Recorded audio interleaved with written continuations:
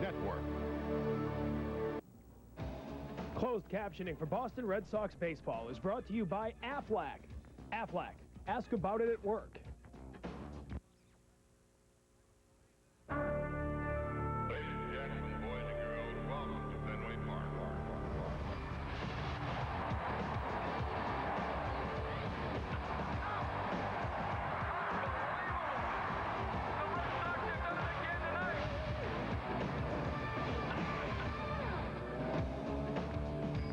Inside the Metrodome, the Boston Red Sox and Minnesota Twins will wrap up their three-game series in what has been an eventful weekend for the Red Sox. On the field, they'll try to win their first road series since early June when they had the better of the Kansas City Royals.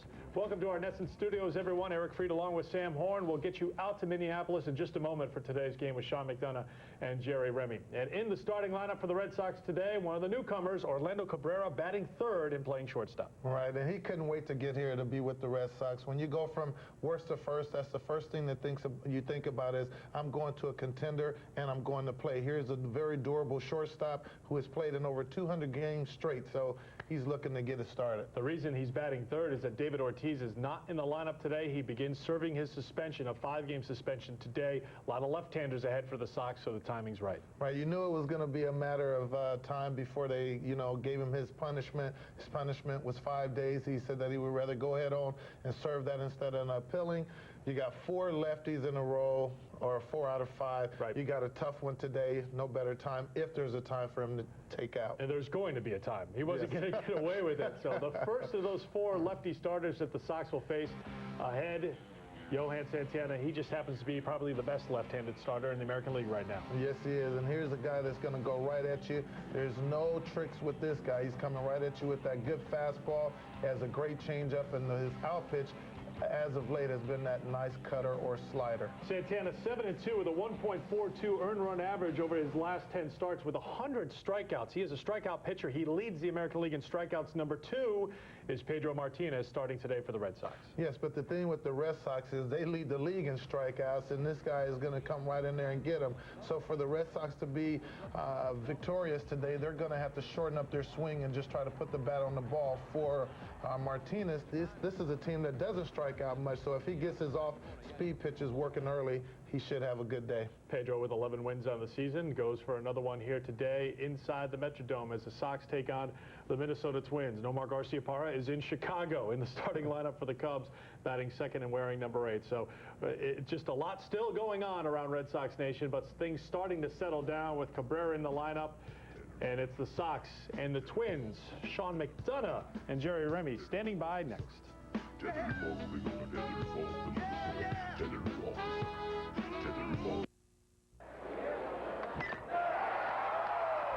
Reggie Jackson here to tell you that the best way ever to improve your hitting just got even better. It's the new Hit Away Title Series. Hit Away has helped more than 1 million batters improve their balance, timing, hand-eye coordination, muscle memory, and power mechanics through the simple process of repetitive hitting. 1 million hitters said no more chasing balls, no more batting cages. And now the new improved Title Series takes a revolution in training even farther. I know a thing or two about titles, and here are 5 reasons you shouldn't take another swing without the Hit Away Title Series.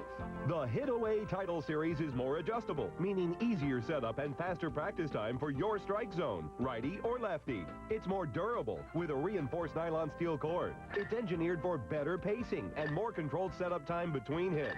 The ball is made with top grain leather and a durable solid core. And a new sleeve design gives you better visibility along with the best contact feel ever. Hit Away attaches easily to a tree or pole, indoors or out.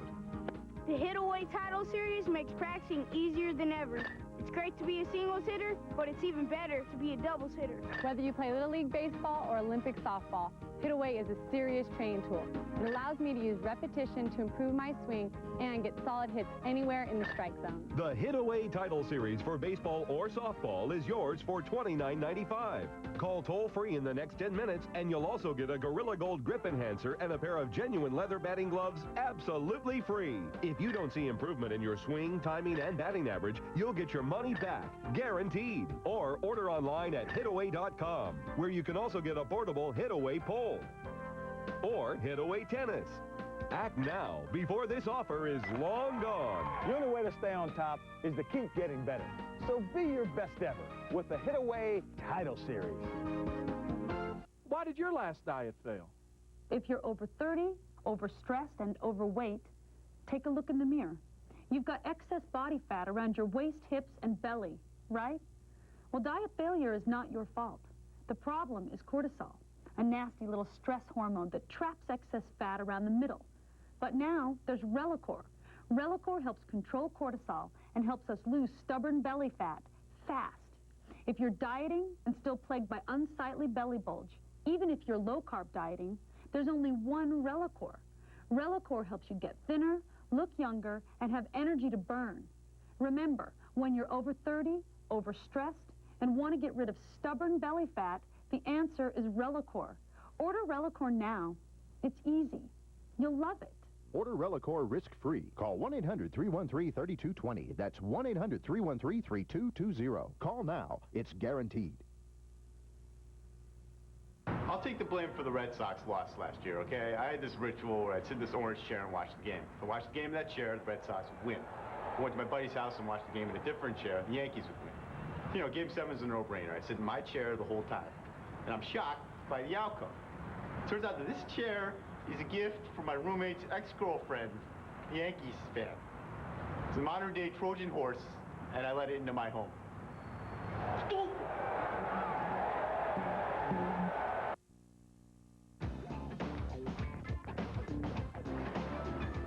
Stay tuned after the game for New England's Red Sox post-game shows. W.B. Mason's Extra Innings Extra, a complete Red Sox wrap-up, followed by Granite City Electric's Extra Innings Extra. After the last inning, the action's just beginning.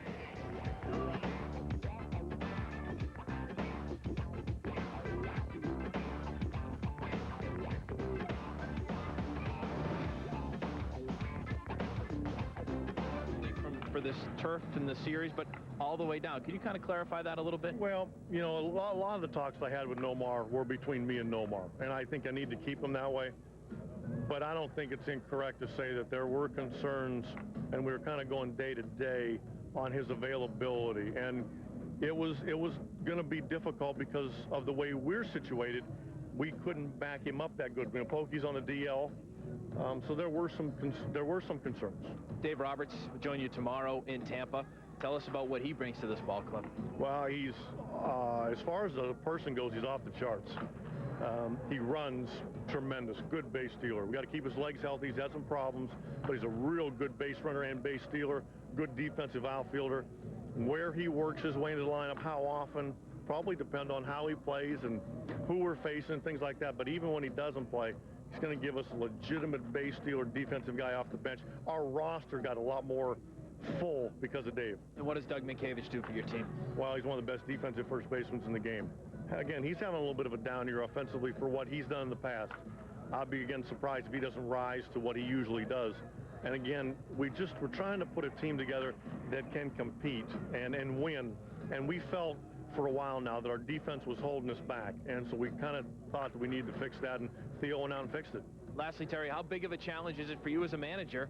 Because you've got, as Theo said yesterday, some good depth. You know, you've got guys that can run. When Pokey comes back, you'll have a lot of speed. How big of a challenge is it to keep everybody happy and to use all of these players? Well, you might not keep everybody happy all the time. That's not why we're here. And I'll sit down at the appropriate time and talk to all these guys and explain to them that I'll do my best to get everybody playing time at the correct time. But there's going to be days when they're not happy. And that's when you have to put the ball club ahead of your own concerns. And I'm confident they'll do that. Terry, thanks for joining us. Okay, Dan. All right, let's go back upstairs to Sean McDonough. Sean? All right. We can't reverse the curse, but we can rewind the week. Tune in to Granite City Electric's Red Sox Rewind, hosted by Eric Freed. A 30-minute review of Red Sox profiles, interviews, and highlights. After an exciting week, unwind with Rewind. Mondays and Tuesdays at 5:30 p.m. and 11 p.m. only on NESN. Big crowd on hand inside the Metrodome. They've had some of their biggest crowds of the season for the first two games of this series. And with the appealing pitching matchup today, Santana and Martinez, another big crowd in-house. Starting lineups brought to you by Southwest Airlines. Terry Francona has Johnny Damon in center field leading off. Mark Bellhorn at second base. Orlando Cabrera in his Red Sox debut batting third, playing shortstop. Manny Ramirez, the cleanup hitter in left field. Jason Varitek, the catcher. Kevin Millar, the DH today, hitting sixth. Then Bill Miller, the third baseman. David McCarty at first base. And Gabe Kapler, the right fielder, to bat ninth against the pitcher who has been ringing up strikeouts at an amazing rate, Johan Santana. Yeah, since the All-Star break, Sean, Santana is 3-0 with a 0.86 ERA. He leads the American League with 161 strikeouts. He is fourth in the league in ERA at 3.36. In his career, 7 career appearances against the Red Sox, a record of 2-3. But this guy right now can join Mark Mulder and CC Sabathia and Burley as some of the top left-handers in the American League. And the defense behind him for Minnesota this afternoon, an outfield of Lou Ford in left, Torrey Hunter, the Gold Glover, in center, Jock Jones, last night's hero, in right, Corey Koski, the third baseman, Christian Guzman at short, Luis Rivas at second, Justin Morneau at first, and Matthew Lecroy is behind the plate.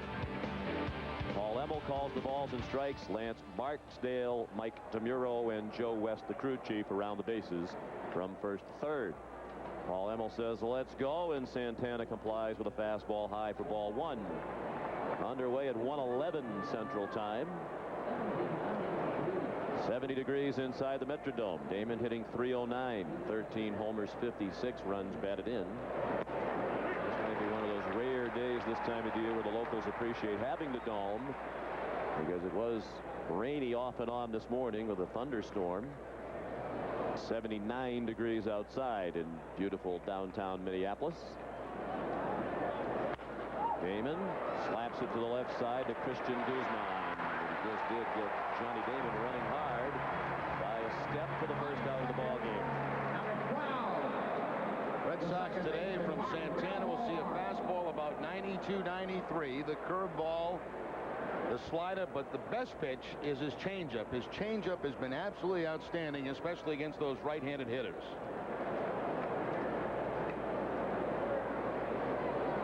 Santana, 25 years old, from Venezuela, misses up and away to Mark Bellhorn. Not a big guy, just 6 feet tall, and that might be a stretch. He has been particularly outstanding since the All-Star break. Swing and a miss. There's that off-speed pitch Jerry was talking about. Bellhorn brings a .257 average into today's ball game. 13 homers, 56 runs batted in. The league leader in walks with 67. But you'd have to think there's a high possibility of strikeouts too. Here's the hitter who has struck out the most in the league against the pitcher who has the most strikeouts. Yeah, both sides today. You know, Pedro with 132, Santana with 161. There may be a few in this game this afternoon.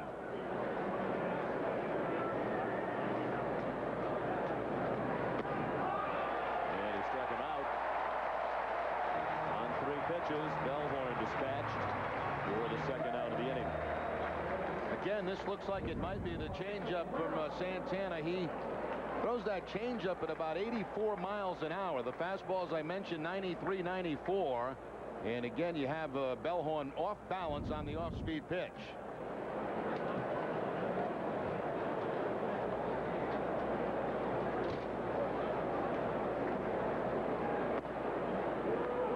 And here's Orlando Cabrera, the 29-year-old native of Colombia. As Jerry mentioned at the top of the telecast, having a bit of a down season offensively with the Expos. You heard Terry Francona say part of that might just be that he was affected by the negative atmosphere around Montreal during another very difficult season are the Expos. Mentioned Santana lately. He's allowed only 6 hits in 21 innings since the All-Star break. And only 2 earned runs in those 21 innings, while striking out 25.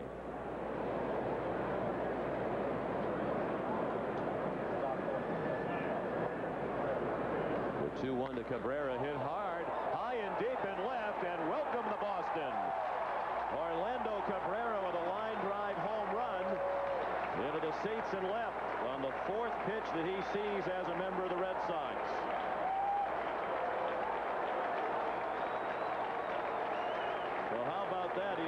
up here this morning, arrived at the Metrodome only about an hour and a half before game time. Had to hurry through a very brief batting practice session, get the new uniform on, meet his new teammates, and what an immediate impact he has made. Well, we saw Paul LaDuca yesterday hit a home run in his first at-bat for the Florida Marlins, and now Cabrera doing the same thing for the Red Sox. And I guess that should really make you feel welcome in that clubhouse. You're right, Sean. I mean, he got on the field about 12 o'clock, took about 10 swings in the batting cage, and that was it. Did some interviews for the media, and here he is in the ball game. It's the home run in his first at-bat. He was very pleasant with the media when he arrived here, hurriedly trying to grant them a few minutes of his time while preparing for the game. He was very happy to be here. And they're very happy to have him after that debut. Manny out on the fly ball to center. That ends the inning. But the Red Sox. Get ready for a whole new kind of Dodge. Introducing the all-new Magnum. First you see stunning performance. Another look reveals surprising versatility. Open it up and you'll find a tri-fold cargo floor. Bold styling that features a unique accessed liftgate.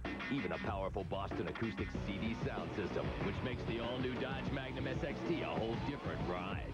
Celebrate Chrysler Financial's 40th with $1,000 bonus cash. Plus, through August 2nd, make no monthly payments until 2005. Ringside at Foxwoods Resort Casino. Live, hard-hitting boxing in the Fox Arena. Saturday, August 7th, the action heats up when Angelino Bobo Fritas battles Diego Chico Corrales in a 12-round WBO lightweight championship fight, plus 6 other bouts. All battle subject to change. Get your tickets now at 800-200-2882. Saturday, August 7th at Foxwoods Resort Casino. The wonder of it all. Conveniently located off I-95, exit 92 in the Mystic Places region of Southeast Connecticut. In association with Banner Promotions. Harley-Davidson enthusiasts are always looking for something special, and they can find it at Big Bore Harley-Davidson in Westport. Big Bore has an excellent selection of motorcycles and a wide range of genuine Harley parts, accessories, and motor clothes. Big Bore Harley also has something special you're not going to find anywhere else. Gene and Rick, the 2 friendliest Harley people you're ever going to meet. So if you've dreamt of walking on the wild side, come down to Big Bore Harley-Davidson, 1030 State Road, Route 6 in Westport, Mass, and make your dreams come true.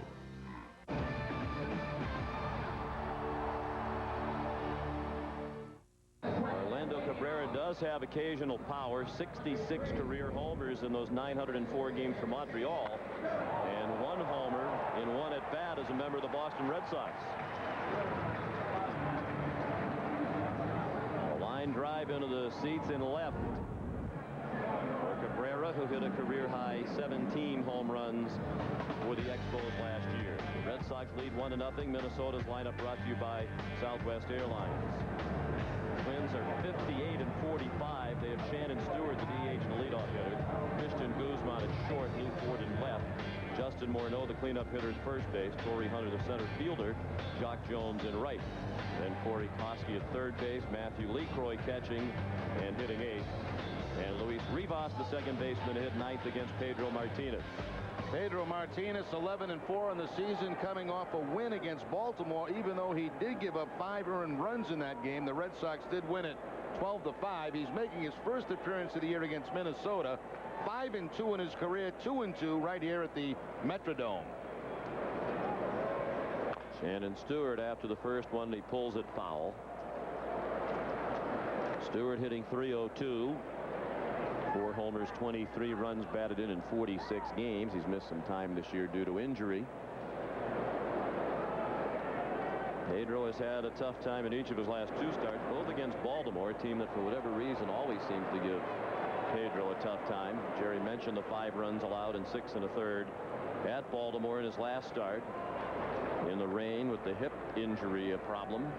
2 starts ago also against Baltimore at Fenway. He gave up 8 earned runs in 6 2/3 innings. He strikes out Stewart to start the ball game today. And the defense behind Pedro. The Red Sox hope their defense will be getting better with the trades. Ramirez, Damon, and Kapler, the outfield from left to right. Miller, Cabrera, Bellhorn, and McCarty, the infield defense from third to first, and Jason Varitek behind the plate.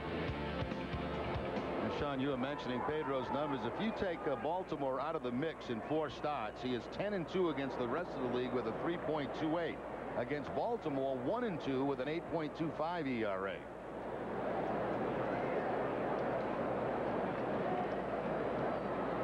Christian Guzman, the batter, and he fouls one out of play to the left, evening the count at 1-1. 285 for Guzman, a switch hitter, hitting 270 from the left. It is 5 homers and 30 runs batted in. Well, the lineup that we were given originally, Gabe Kapler was in right field and Millar was the DH, but that is clearly Kevin Millar in right.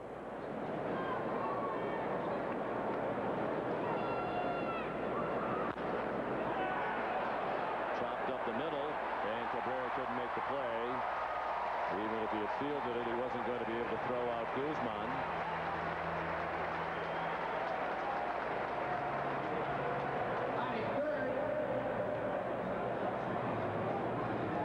Kapler's in center. So apparently Johnny Damon is the DH today.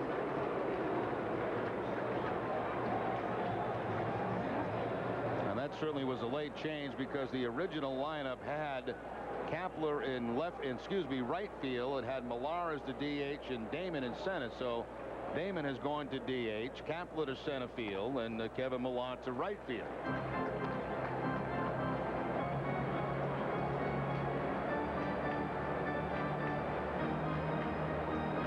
Field hit for Guzman. He's at first with 1 out and Lou Ford at the plate with 1 ball to count. Former Red Sox minor leaguer Ford having a good year. Takes a ball low and away, hitting .307, 13 homers, 51 runs batted in, and 13 stolen bases.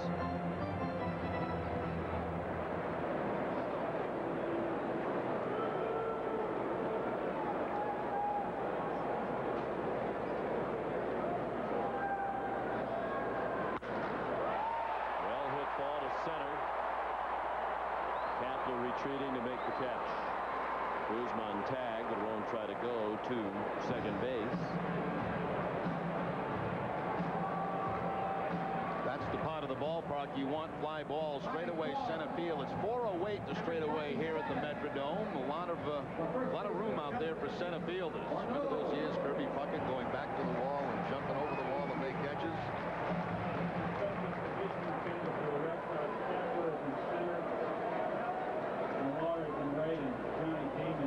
Justin Morneau is the batter. His arrival and his performance made it possible for the Twins to trade Doug Minkiewicz. Clearly Morneau was going to see the bulk of the action at first base. It made Minkiewicz expendable, and the Red Sox are happy to have him. Excellent defensive first baseman. He made the short walk from the Twins clubhouse to the Red Sox clubhouse yesterday. And he said it was the longest 12-foot walk of his life. It's probably actually about 100 feet. Very strange to get not only traded midway through the season, but traded to a team that you're playing in that series. Gus went in last night, had a couple of base hits. I asked Francona, I said, now, how are you going to use him? Strictly against right-handed? He said, no. He said, he's going to play a lot against left-handers, too, but not this nasty guy that's pitching today. Swing and a miss at a high fastball. Morneau strikes out, 2 in the inning for Pedro.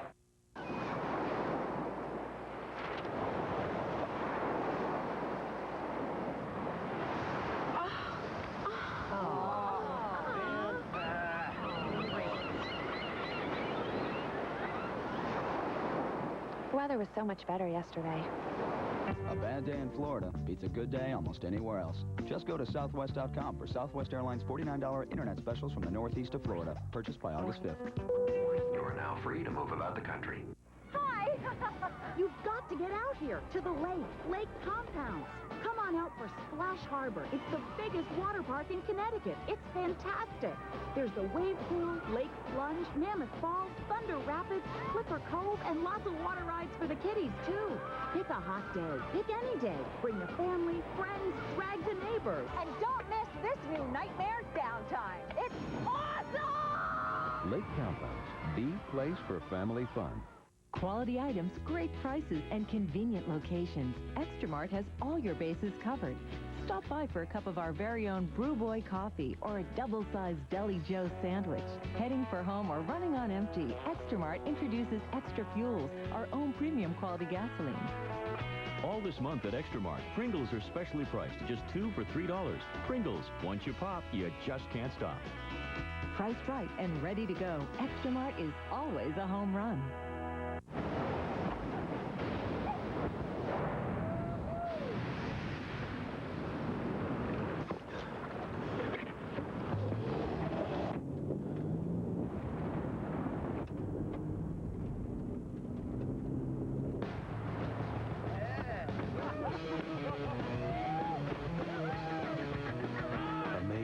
and counting.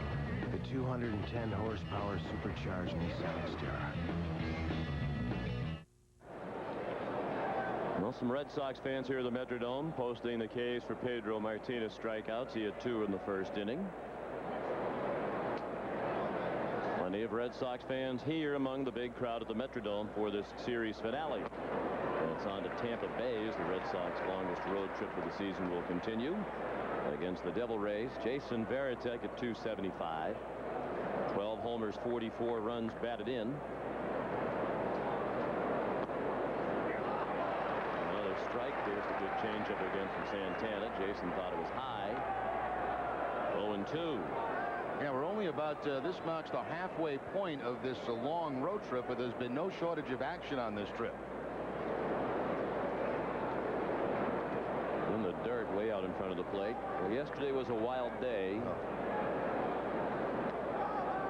Some talk around the Red Sox clubhouse that maybe with the changes now, it's good that they're on the road trip. When you're on the road, generally you spend more time together, perhaps a chance for some of these guys to get to know each other as the road trip continues. Varitek a swing and a miss. As advertised, these 2 strikeout pitchers have come out posting Ks. That's the second for Santana. And again, Santana follows up 2 changeups with that hard fastball up and away from Varitek. That fastball at about 95 miles an hour.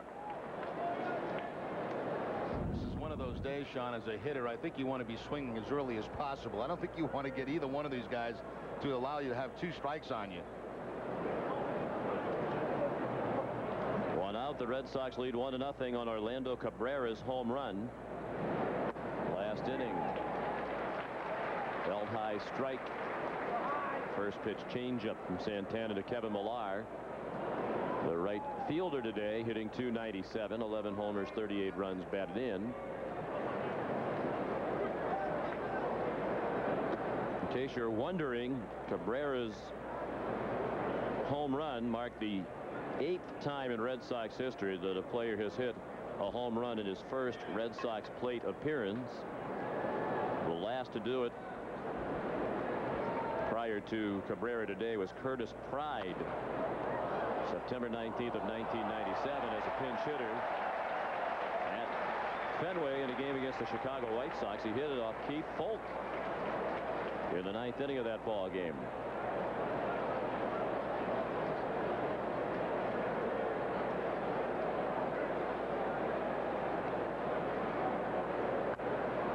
Change up and a tapper with a check swing by Millar back to Santana. On the Morneau, 2 outs. Sunday nights on Nesson, the Mad Fisherman Charlie Moore takes over to bring you Nesson Outdoors from 8 to 11 p.m. each Sunday night.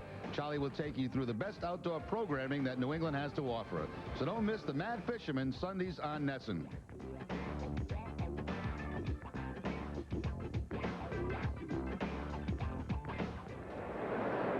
Bill Miller takes the ball low. 257 for the switch hitting Miller. 8 homers, 34 runs batted in.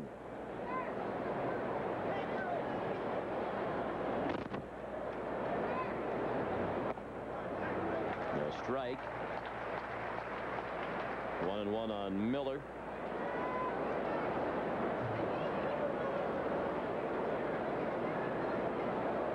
He's 1 for 7 in this series with a couple of walks. 1 for 4 yesterday.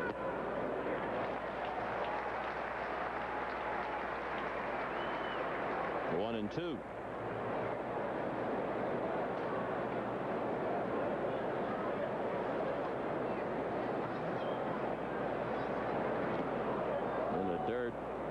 skips away from LeCroy. Just got word, Sean, that there's nothing physically wrong with Johnny Damon. They just felt at the last minute that maybe to give him a day off on the turf and let Kapler play some center field and strictly allow Johnny Damon to be the DH in this game. Red Sox do have the 3 games here, 3 games in Tampa. Now, this stuff is not like normal turf. This is very comfortable, but still, decision made to get Damon as a DH today. Strike 3, fastball to the inside corner. A 1-2-3 inning for Santana.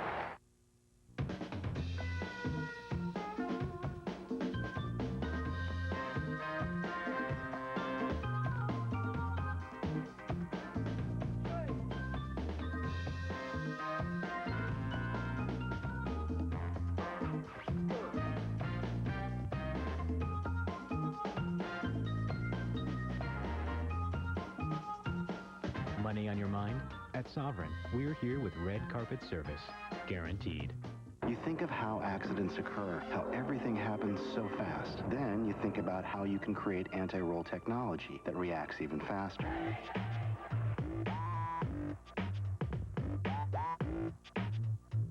You think about that, then you build. The Volvo XC90, the only SUV equipped with a roll stability control system to help prevent rollover and guided by conscience.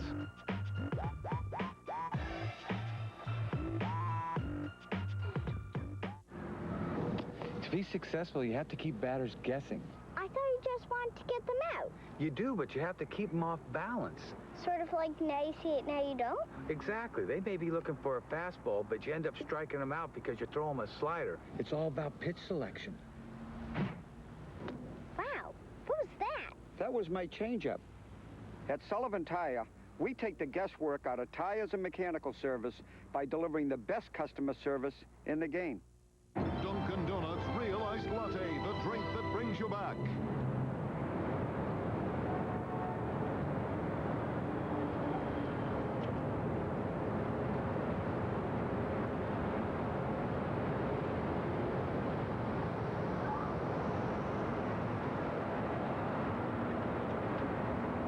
Sorry. Dunkin' Donuts Iced Latte, made with real espresso. It's the refreshing way to bring you back to life. First pitch of the second, a fastball from Pedro Martinez to Torrey Hunter. Pedro pitching with a 1-0 lead. Orlando Cabrera home run in his first at bat as a member of the Red Sox. Swing and a miss, and Torrey Hunter is in an 0-2 hole. 268 for the year for Hunter. 12 homers and 47 runs batted in. Pedro allowed just an infield turf hit by Guzman in the first. He struck out 2. Hunter just did get that one off the end of the bat. Hunter had 1 hit in their win last night to extend his hitting streak to 4 games.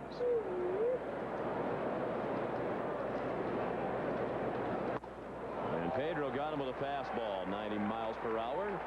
Third K for Martinez. 1 out of the second. Let's check in with Dan Roach.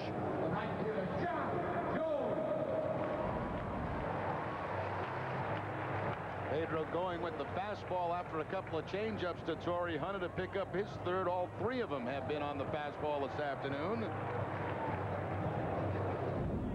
Apparently we're having difficulty with Dan Roach's microphone at the moment, so we will get to Roachy as soon as we can get the microphone working. Jock Jones to center field, and Kapler the catch. And see Manny Ramirez running all the way over here. These outfielders know that there's the possibility their colleagues could lose the ball. They're not taking anything for granted. Manny ran hard over there to make sure that Kapler saw it. If he did, he'd be in position to help make that catch. Yeah, we have not had a problem in the first 2 games of this series. They've both been night games, but today, much brighter as you look up toward that roof, and it does create more of a problem for the outfielders.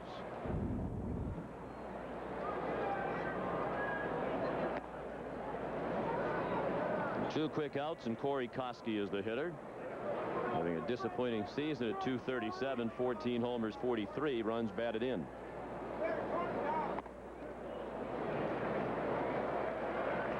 Two balls and no strikes.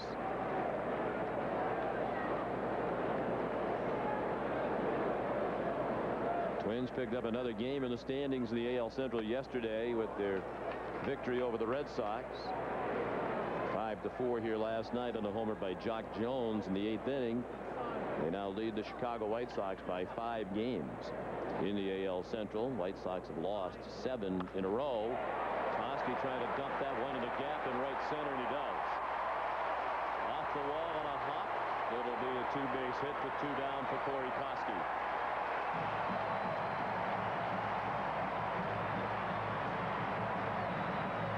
Well, it has been an off year for Koski, especially average-wise, only 237 coming into the game. But you see Veritek, he wanted that fastball away. It stayed out over the plate, and Koski hits that gap in right center field for the 2-out double.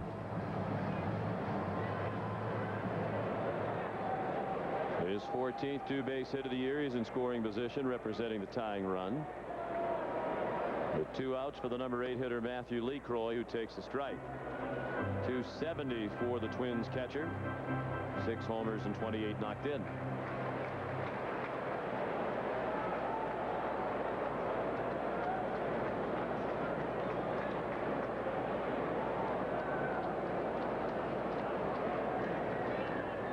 LeCroy making his first appearance of the series. They're without Joe Mauer, the highly touted rookie who's had knee problems.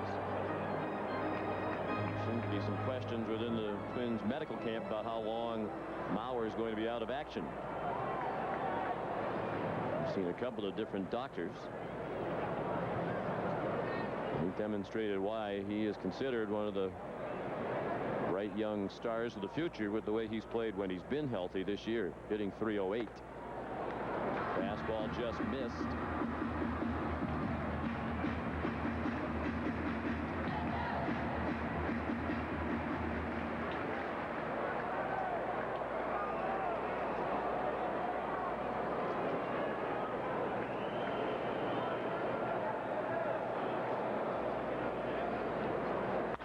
Hit hard up the middle of the base hit, right past Martinez. Koski coming around. Kapler with the throw, and he is safe as Veritek lost the ball.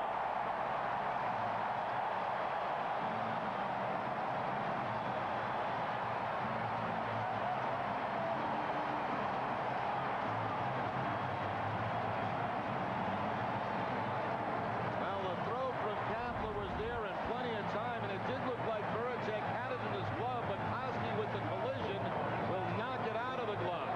I'm not sure he ever did have it in the glove, Sean. Here comes the throw. Let's take another look. Koski going up high to knock over Veritek, and the ball at some point comes trickling out. It looked like he never really did have possession of it. Trying to field it on the bounce and get it up quickly to tag Koski. Looked like the Red Sox were going to catch a break with that late lineup change that gave them Kapler in center field with a much better arm than Damon. But Veritek couldn't squeeze it, and the Twins have tied it with 2 outs. Pedro got the first 2 batters easily, but Koski doubled and LeCroy singled him in. And we're tied at 1 here in the home half of the second. Luis Rivas, the number 9 hitter, second baseman, with a count of 1-1. Change up outside, 2-1. Looking at that play, it didn't look like Veritek ever really had control of the baseball even before contact by Corey Koski.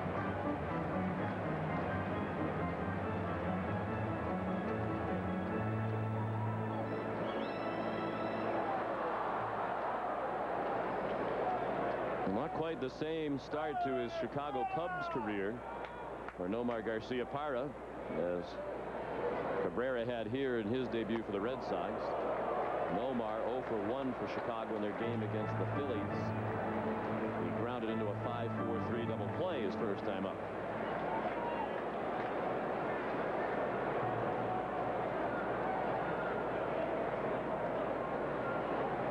This against Randy Wolf, the left-hander for the Phillies. As Nomar arrives in Chicago with Greg Maddux going for career win number 300 today. A lot of excitement, I would imagine, over at Wrigley Field today. Right now, Chicago getting beat 2-0. I wonder if Nomar swung at the first pitch. Wouldn't be surprised. Would not be at all surprised.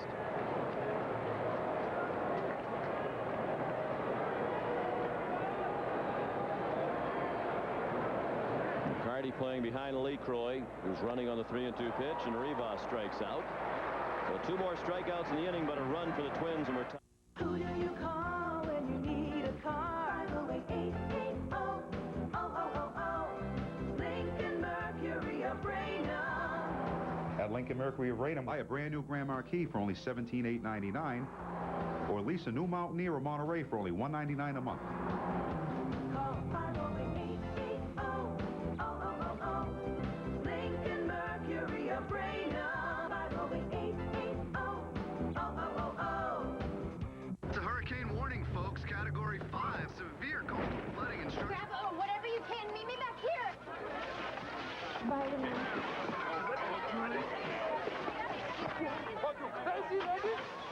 Hey, baby doll. No.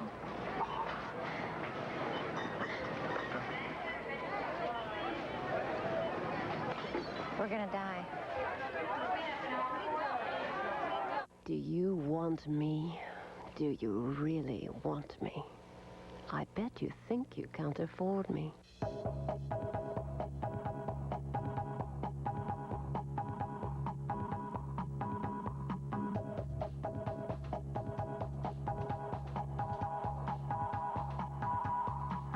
Find your own style at IMG, International Motor Group, 4657 Post Road, Warwick, Rhode Island.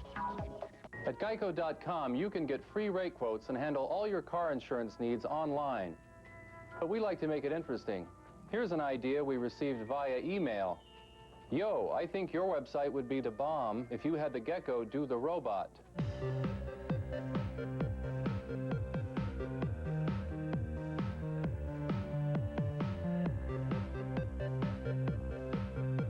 Geico. 15 minutes could save you 15% or more on car insurance. Red Sox and Twins tied at 1 as we go to the 3rd inning here at the Hubert H. Humphrey Metrodome. David McCarty begins the inning against Santana. Check swing and appeal down to first. No swing, said Lance Barksdale.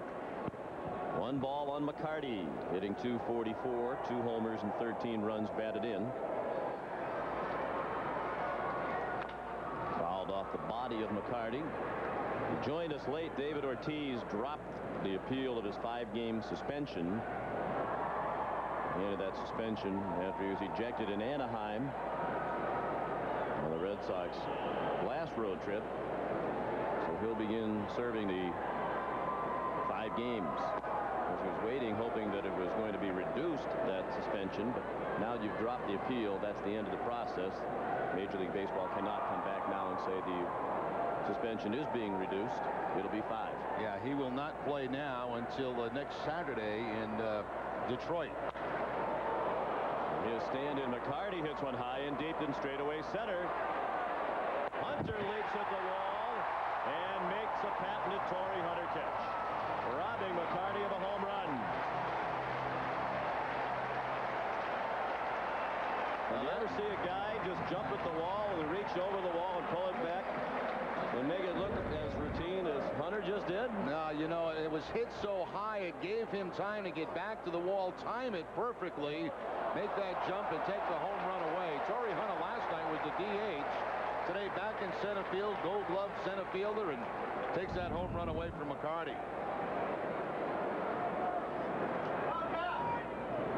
Now Kapler, he takes the ball outside.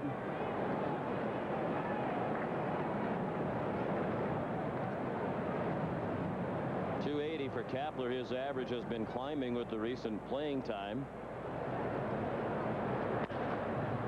Chops it down to third to Koski. 2 outs. We have Dan Roach's microphone working, and here is Roach. All right, so thank you very much, Sean. As always, with the departure of a superstar here in Boston, it seems like there's controversy surrounding the player. That with the health of Nomar Garciaparra, and as how healthy he was, whether or not he could play. I spoke with manager Terry Francona before the game and asked him about the situation. He said he and Nomar spoke almost daily about his injury situation. You know, a lot of the talks I had with Nomar were between me and Nomar, and I think I need to keep him that way. But I don't think it's incorrect to say that there were concerns, and we were kind of going day to day on his availability. And it was going to be difficult because of the way we're situated. We couldn't back him up that good. You know, Pokey's on the DL, so there were some concerns. Really, what happened here in this situation a few days ago, Nomar went to the training staff, said he may need 3 or 4 days off and possibly need to go on the disabled list in August to get ready for September. And also a side note to this, we've also learned that yesterday, a half hour before this trade went down, Larry Lucchino called Nomar and said, in interest of full disclosure, we're telling you that we're shopping you to the Chicago Cubs. And with that, he asked him if Nomar was healthy, and Nomar said, I am now. Sean? You wonder what that means. Well, I did a little snooping around this morning, Sean, in that Red Sox clubhouse with a number of people, and usually the day off, the more people are willing to talk about what's going on. And the information that I got is that, you know, he came out of that series in Baltimore and said that he was very sore and he wanted to take some time off here. And I also heard from 3 different people this morning that he mentioned the fact that at some point in August he'd probably have to go on the DL. We'll hold that thought. We'll pick it up when we come back. Damon grounds out a 1-2-3 inning.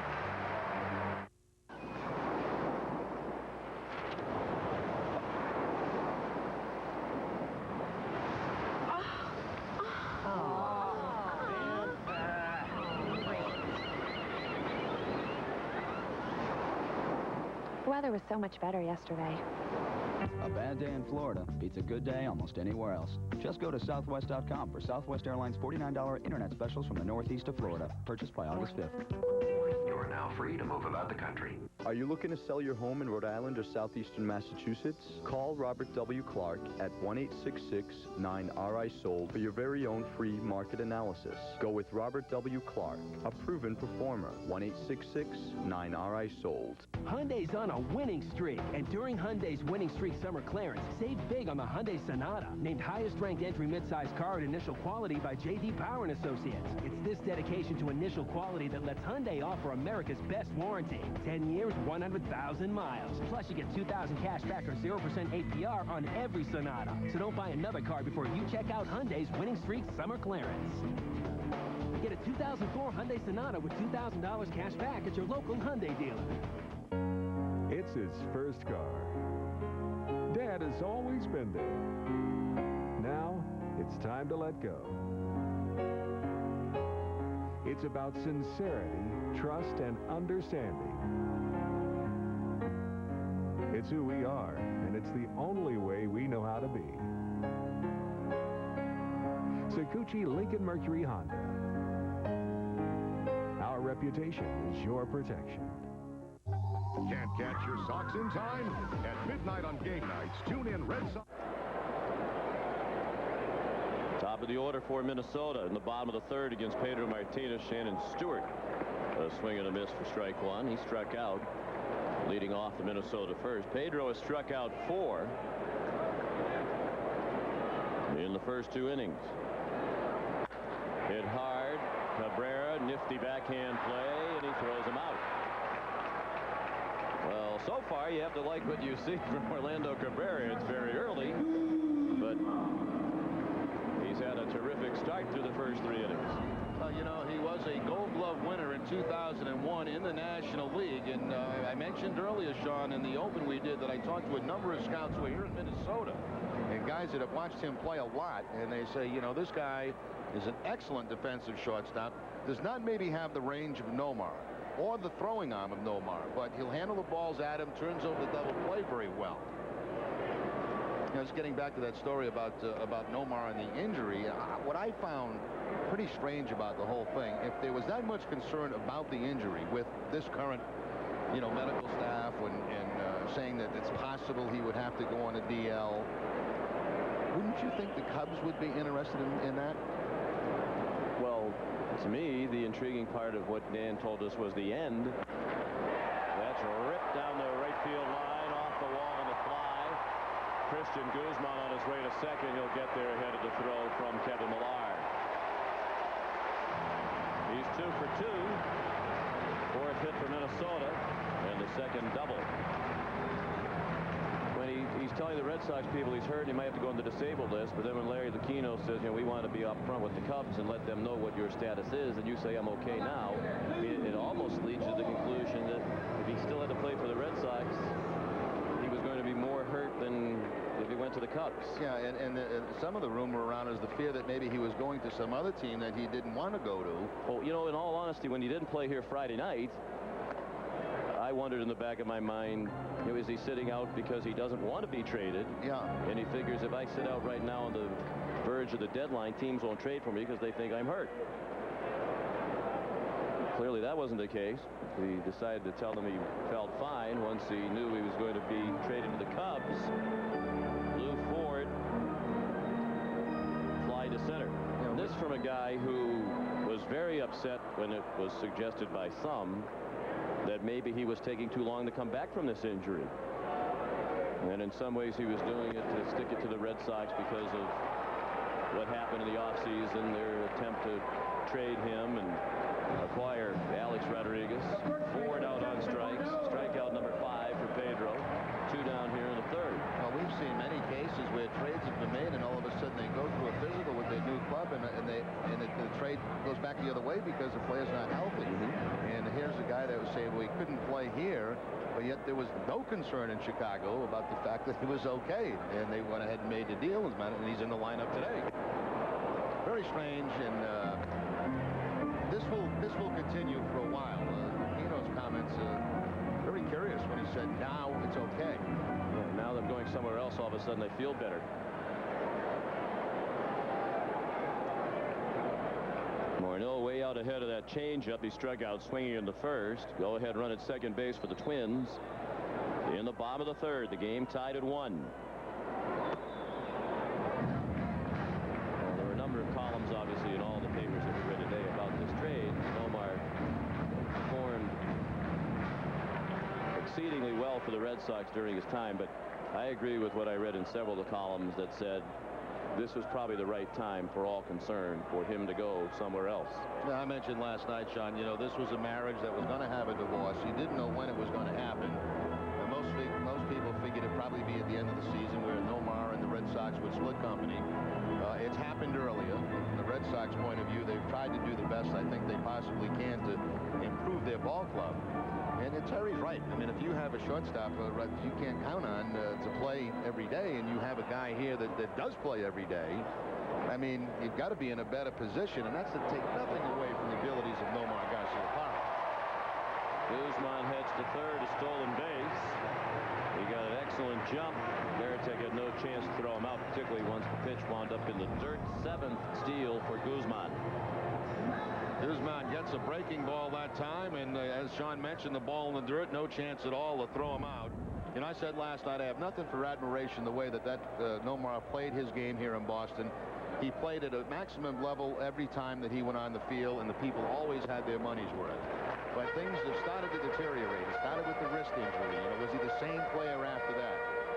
Certainly this off-season, and it just seemed to me like he was very unhappy. He was always unhappy, though, Jerry. You know, even from the very beginning. I mean, I never saw a guy get more good publicity, more nonstop adulation from the fans, and be more miserable than he was. Morneau out on the fly ball to right. That ends the inning. The Twins leave a man at third. Fireside Nissan on Route 1 North Attleboro announces its summer vacation sales event. Fireside has the largest inventory in southeastern Mass, including 2004 Titan 4-Wheeler Magazine's Truck of the Year. And with 0.9 financing and rebates up to $3,250, you won't want to miss out. Fireside, southeastern New England's largest parts and service dealer, is out to be #1 in sales and will do what it takes to earn your business. See for yourself why there is no better deal than a Fireside deal. Fireside Nissan, your peace of mind dealer. It's August on Nessa and the Red Sox battle. The weather was great when we got there, but the storm rolled in so fast. Whose idea was camping in the first place? Whatever happens this summer, make the most of it with Adelphia Digital Cable. With all your local channels and cable favorites, multiple premium channels, interactive program guide, and digital music, Adelphia Digital Cable simply has the best in entertainment. Call Adelphia today to take advantage of these special savings. Call now. Adelphia, the place for summer. 1, 2, 3, 2, 3, 4, 5, 5, 6, 7, 8. 7, 8, 8, 9. When you think think about all the little things people are doing to get more out of life, it really adds up. And you can count on Subway, too. With our Mediterranean chicken choices. Extra lean, tender chicken strips with feta cheese and Greek vinaigrette. Subway. Choose well. With 3,000 miles of coastline and hundreds of streams and rivers, Maine might be best viewed from the water. Veteran kayaker Darren Kelly at Cadillac Mountain Sports understands that time spent on the water is precious. Darren outfits his customers with the right gear for recreational and day tour kayaking. Come on in and meet Darren, where the experts are. Cadillac Mountain Sports, Bar Harbor and Ellsworth. Against Johan Santana and takes a strike. Bellhorn has seen 4 pitches, all of them strikes. He struck out in 3 pitches in the first. Santana has allowed only 1 base runner, but that was Orlando Cabrera, who homered on a 2-1 pitch in the first inning in his first Red Sox plate appearance. He's on deck. And then Manny Ramirez here in the 4th. Santana's put down 7 in a row since the home run. And he's ahead of Bellhorn, a ball and 2 strikes. We should note, too, that Dave Roberts, who also came to the Red Sox, got stuck yesterday in a major traffic jam in San Diego, could not get to the airport. It was stop and go. He actually had to get out of his car, so could not make a flight last night, and will join the Red Sox in St. Petersburg.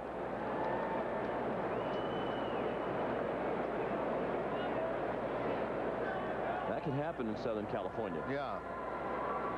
Doesn't matter what hour of the day it is either. In the dirt. And a full count on Bellhorn. Are they playing in L.A., Sean? Yeah, I think it was in Los Angeles. Yeah, I thought it was Apparently San Diego. There's a fatal accident on the 5 freeway that it needed to take to get to the airport, and they had the highway closed. So he will join the Red Sox tomorrow in Tampa Bay. The payoff pitch to Bellhorn is a pop-up. He jammed him, and Mark hit it to shallow left, where it is caught by Guzman. For scores, interviews, highlights, and more, tune in to Nesson Sports Desk. It's a fast-paced 15 minutes of what you need to get your morning sports fix. Nesson Sports Desk, mornings starting at 5.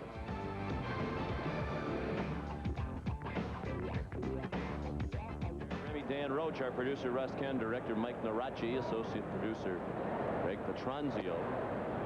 Cabrera showed bunt and looked at a ball. He homered on a 2-1 pitch, a line shot into the left field seats in his first Red Sox plate appearance. We mentioned earlier he's the 8th Red Sox player to hit a home run in his first plate appearance. He pops this one up behind the plate. Not a lot of room back there, but enough for Leakroy to make the catch.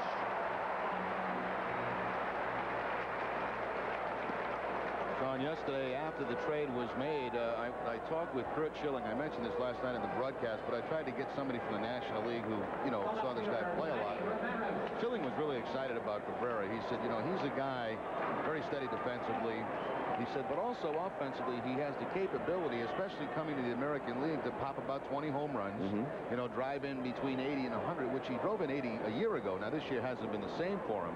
But Schilling was really excited about getting him, and he said that he's going to be a big plus of this club. It was interesting, watching the different players, their reaction about the trade. And, of course, yesterday it was, you have a guy that's been here his whole career. He's been Mr. Red Sox. He's been, the guy, Nomar. But this morning, you kind of had a sense of, it was a little bit different feeling in there. Time to move on. Exactly. Ramirez, the batter. And I think privately some of the players were growing a little tired of all the stuff around Nomar. He didn't seem very happy. You could almost make the point that he pouted the whole way through the season. Yeah, you're exactly right. I mean, it was, the public face and what we had a chance to see every day was very different. Here's a deep drive to center by Ramirez. Hunter back at the wall, and he won't get that one. It's a home run for Manny Ramirez. The Red Sox have only 2 hits, but they're both home runs. One by Cabrera, one by Ramirez. For Manny is 28th home run of the season. That takes him out of a four-way tie for the league lead. He's number 1 in the league now all by himself. Now, the one thing about Santana, with all the great numbers, he has now allowed 22 home runs on the season. Ramirez going to the opposite field just above that baggie for the home run. Now, Manny had been struggling. Prior to that at bat, only 8 for his last 43.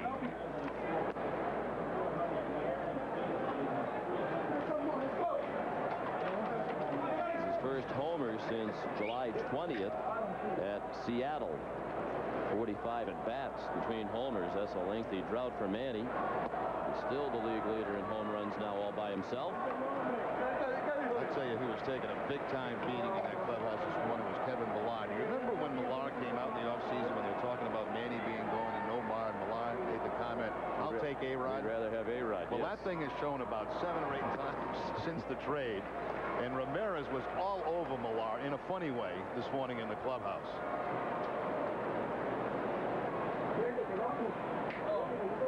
Still practicing this, whatever this is.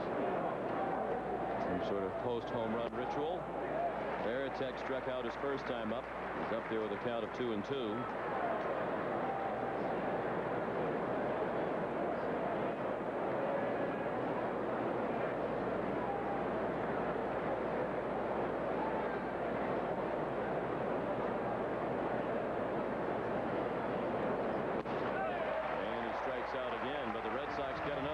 Take the lead on the home run by Ramirez.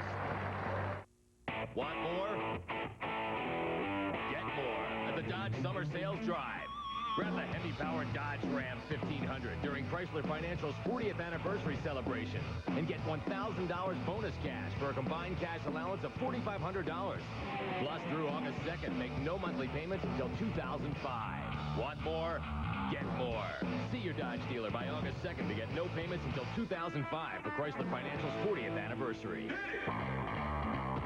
Ringside at Foxwoods Resort Casino. Live hard-hitting boxing in the Fox Arena. Saturday, August 7th, the action heats up when Estelino Popo Fritas battles Diego Chico Corrales in a 12-round WBO lightweight championship fight, plus 6 other rounds. All battle substitute change. Get your tickets now at 800-200-2882. Saturday, August 7th at Foxwoods Resort Casino. The wonder of it all. Conveniently located up I-95, exit 92 in the Mystic Places region of Southeast Connecticut. In association with Banner Promotions. Quality items, great prices, and convenient locations. Extramart has all your bases covered. Stop by for a cup of our very own Brew Boy coffee or a double-sized Deli Joe sandwich. Heading for home or running on empty, Extramart introduces Extra Fuels, our own premium quality gasoline. All this month at Extramart, Pringles are specially priced, just 2 for $3. Pringles, once you pop, you just can't stop. Priced right and ready to go, Extramart is always a home run. Well, wait a minute. $42.95 a month for Comcast Internet access. And that doesn't include MSN Premium with all those cool features? You're kidding. Let's try that again with Verizon. So, DSL is only $29.95 a month? Wow, that's $13 a month less than cable. And that includes MSN Premium with all those features? Perfect. Verizon Online DSL. Now that's an easy call. Verizon. Sox been out hit 4-2, but both Boston hits are home runs for Cabrera and Ramirez.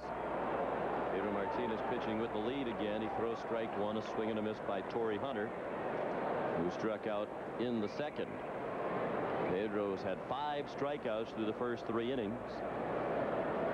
Twins got a double by Koski and a single by Lecroy for their run. Great diving stop and a catch by David McCarty on a ball that looked like it was certainly going to wind up in the right field corner. We've seen some excellent defense on both sides already today. And that's the toughest play for a left-handed first baseman. He has to go across the body to make that catch. Tremendous play by McCarty. You know, between McCarty over there now and Mankiewicz, you have 2 excellent defensive first basemen. We were talking about these trades, and Theo Epstein made the point yesterday that he didn't think the Red Sox could win the World Series with the kind of defense they played all season long. Certainly with the arrival of Mankiewicz and Cabrera, the Red Sox defense is going to be significantly better. Jock Jones is the hitter. I like give Theo credit yesterday. I did hear the press conference, and he took the blame upon himself, saying, look, I put this team together. It was a team that was supposed to have great starting pitching, great relief pitching, and score a lot of runs. He says, what I neglected was the defense, and that has been a glaring problem all season long. And you and I know, Sean, postseason play, and you've done postseason play games, World Series games. You know as well as anybody, the pitching and defense, you know, usually takes you through. That's exactly right. And you talked about the scouts who said Cabrera may not have the same arm or range as Garcia Park. Jones strikes out. But give me the guy who's going to make the routine play all the time. You know, Omar would make a flashy play and then throw one in the dugout. The next routine ground ball that came to him. Here is Nomar wearing number 8. Michael Barrett, a catcher for the Cubs, is number 5. This is the second at bat for Nomar. He grounded into a double play on the first at bat as a Cub. Now a pop fly to left.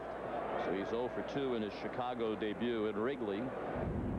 Wearing number 8. Strange to see him in that Chicago Cubs uniform. Somehow I figure he's going to wiggle the deal to get number 5 back. That probably bothers him, as superstitious as he is. I know. Creature of habit. Wearing a different number. As a matter of fact, by his third at bat, he might have 5 on. Corey Koski doubled and scored their run with 2 outs in the second inning. Red Sox lead 2-1. Change up low and away.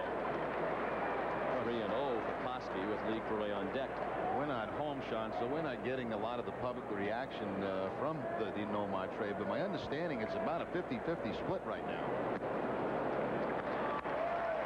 Do you have any instant polling or tracking on the runningreport.com? I talked to my partner last night, and he said that there were a lot of unhappy people last night, both you know, on our message board and sending emails. But this morning, it kind of turned around a little bit. You know, I wouldn't say on my particular website that it's 50-50 yet. But the word I got from Sean McAdam, he did some radio things this morning. He said the calls were about 50-50. Lee Croy singled to center to knock in Koski with their run in the second inning. Well, Nomar was a popular player. He had the knack of always saying how much he loved Boston and the fans. While clearly he disdained the media. That was one of the humorous aspects of yesterday when he finished addressing the media and was on his way out. He shook everybody's hand and gave a few of them hugs, and they didn't seem all that overwhelmed by that because this is the same guy who was blowing them off and regularly sniped at them for many years. And he even went over and hugged the Minnesota AP writer, apparently mistakenly believing he was a member of the Red Sox media corps. Well, in an election year, it's always good to hug everybody, right? The guy apparently seemed quite surprised by the display of affection from Nomar. Lee Croy sends it out of play to the right.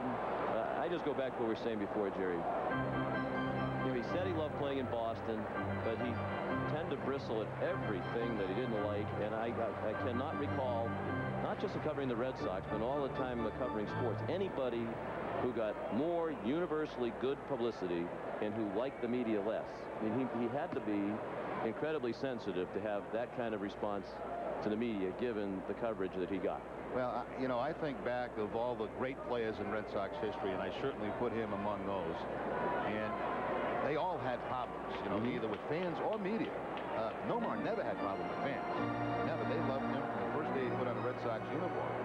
And I don't know, you know, sometimes I remember Jim Rice. Jim Rice was always very uncomfortable with the media.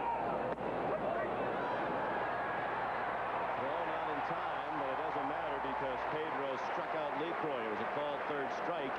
Veritek didn't know it before he threw it, so the strikeout in.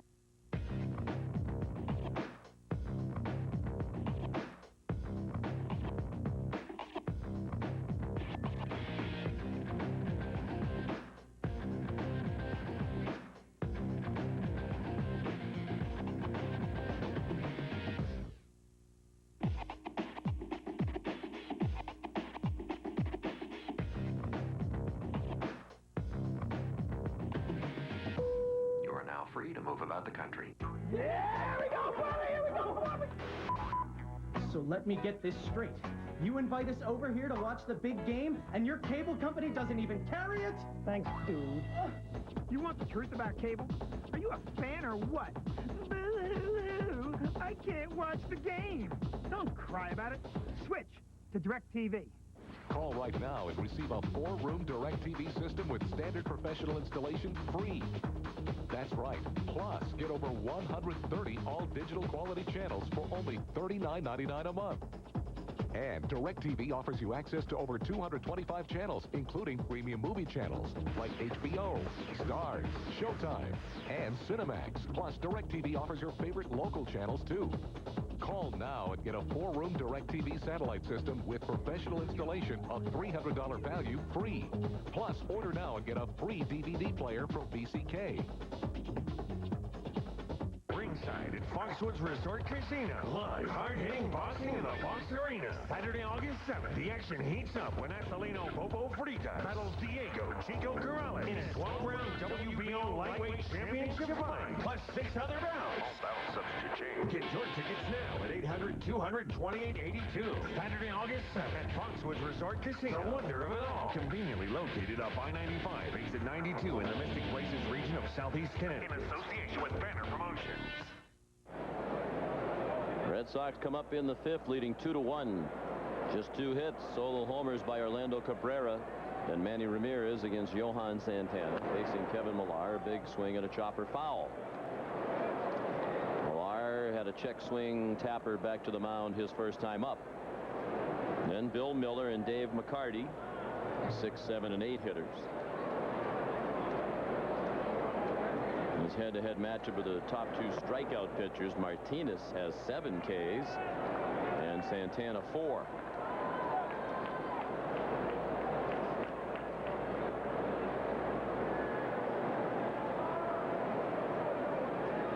Red Sox 8.5 behind the Yankees in the American League East. New York hosting Baltimore today and leading 6-3. They're in the bottom of the 5th inning. 1-2 the count on Millar. I think the Yankees made a pretty good move getting Loiser. Not that he's having a great year by any means, but Contreras was so inconsistent for them and could not beat the Red Sox. Absolutely could not beat them. I mean, I talked to players on the Red Sox, and they say this guy has got nasty stuff, but yet they were able to tear him up. I heard Kenny Williams, the GM for the White Sox, interviewed. He says their people have spotted something in Contreras' delivery that they think causes that inconsistency. They're hoping they can fix it. And there's no question he has a lot of talent. He was underperforming in New York. He's one of those guys who never seemed to have a mediocre start. You know, he'd come out and either dazzle or just be awful. But he wasn't the kind of guy who could be mediocre and kind of fight his way through 5 or 6 innings. And we never saw him dazzle against the Red Sox. No. He did from time to time against others. And the White Sox are hoping those flashes will be sustained more regularly. As a member of the White Sox, they need the help. As they have, as we mentioned earlier, fallen 5 games behind the Twins in this division. High changeup at a called strike 3. 5 Ks for Santana. Here's Dan Roach. All right, John, you and Jerry were talking last inning about Nomar Garciaparra going from number 5 to number 8. One offers wonders what happens when it comes to a player being traded. In fact, Doug Minkiewicz was traded from the Twins to the Red Sox only about 90 minutes before game time yesterday. I spoke to Red Sox equipment manager Joe Cochran about the dilemma of getting him in a Sox uniform. Well, first you have to size him up. Fortunately, he's right down the hallway, and these guys are familiar with him. And then give him a number that, you know, he's a veteran. We want to give him choice of a number that's open. And 13 was open. He's a Dan Marino fan. That was easy. And we just get on the horn and have the seamstress get in here and get it done for us. We have one in each city. And like you said, difficult name. Yeah, it couldn't be Lee, you know. So it took a little more time to stitch that up. But we pulled it off. Yeah, they pulled it off. In fact, just around national anthem time were they able to get him in uniform and into the Red Sox dugout. Sean? That's a lot of stitching for the seamstress. Another changeup for strike 3. Well, he must have a good changeup, Jerry, because he's thrown a couple that have been belt high and taken for a called third strike. Yeah, you're right, Sean. Most of the changeup have been upstairs, and usually those get hit pretty hard, but it's so deceptive that the Red Sox hitters have not been able to make contact, and a lot of them taking that changeup. You know, that was one of the great moments in CBS 4 history right there. having an interview one-on-one with Joe Cochran. Joe does a great job and has for a long time. One of the characters, as you might have been able to pick up from that interview, he said that before the game day. Why couldn't the guy's name be Lee, right? They had to hurry to get Minkiewicz's uniform to him right around the national anthem. McCarty drives one to right, and Josh Jones makes the catch. A 1-2-3 inning in the 5th. Quality items, great prices, and convenient locations. Extra Mart has all your bases covered. Stop by for a cup of our very own Brew Boy coffee or a double-sized Deli Joe sandwich. Heading for home or running on empty, Extra Mart introduces Extra Fuels, our own premium quality gasoline. All this month at Extra Mart, Pringles are specially priced at just 2 for $3. Pringles, once you pop, you just can't stop. Priced right and ready to go, Extra Mart is always a home run. The amazing New England Patriots are Super Bowl champions once again. We live the thrills of the Patriots' exciting championship season with Sports Illustrated and the great new NFL Films DVD, the New England Patriots Super Bowl 38 champions. Plus, this special Sports Illustrated hardbound commemorative. This individually numbered classic offers an inside look at the Patriots' second great Super Bowl season. Both are free with your paid subscription to Sports Illustrated, giving you 56 issues for only $1.59 an issue. Save over 50% off the cover price. Touchdown, Patriots! This Wilson Super Bowl football, designed exclusively for Sports Illustrated, is also free when you use your credit card. You can't get this one-of-a-kind collectible anywhere else. Call now. You'll get all 3 great Patriots collectibles free. Don't miss your chance to celebrate the NFL champion New England Patriots with this fantastic Super Bowl package, available exclusively from Sports Illustrated. Call now. So, Mr. Thornton, you know what you want? Mr. Thornton. Joe? And the boys behind Joe Thornton's hat trick bring the Stanley Cup back to Boston. Joe. Yeah. Can I get the Reebok cross trainer? Size 12. Yeah, you read my mind. Yeah, I know. Olympia Sports knows exactly what you need to gear up for the season, like the Reebok Quick Step Cross Trainer with DMX foam technology. Hat trick for the cup, huh? Yeah. Get it at Olympia Sports. Red Sox and Twins battling here in Minneapolis, and Boston leads 2-1. Pedro Martinez breaking ball to the number 9 hitter Luis Rivas here in the bottom of the 5th. Rivas struck out swinging his first time up. Pedro has fanned 7 in the first 4 innings. He's had at least 1 strikeout in every inning. Rivas, then the top of the order, Shannon Stewart and Christian Guzman.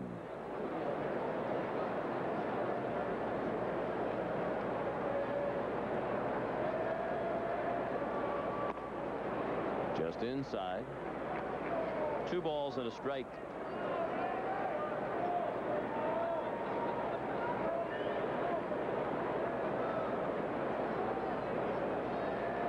Outfield shallow and around toward right for Rivas. He hits a chopper up the middle. Cabrera just did get him. Know the score before the game with Nesson's new 1-hour pregame show. Olympia Sports presents the Boston Globe pregame report featuring commentary, news, pregame matchups, and analysis. Now 1 hour before game time on Nesson.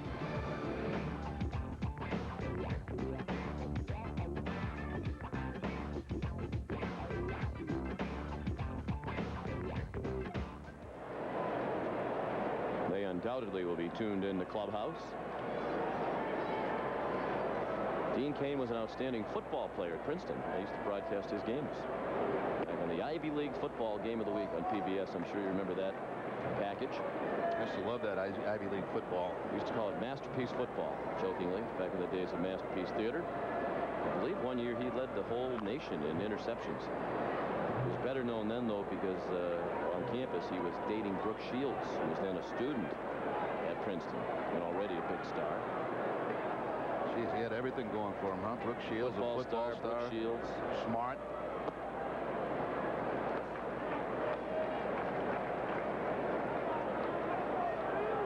Two balls, a strike on Shannon Stewart, who was struck out and grounded to short. Rips it off the glove of Miller and into left field. Stewart could not have hit it any harder, and Bill Miller almost made another terrific defensive play. We've seen a number in this game already. As a changeup by Pedro, hit very well by Stewart. Stewart's had good success against Martinez. 400 coming into the game.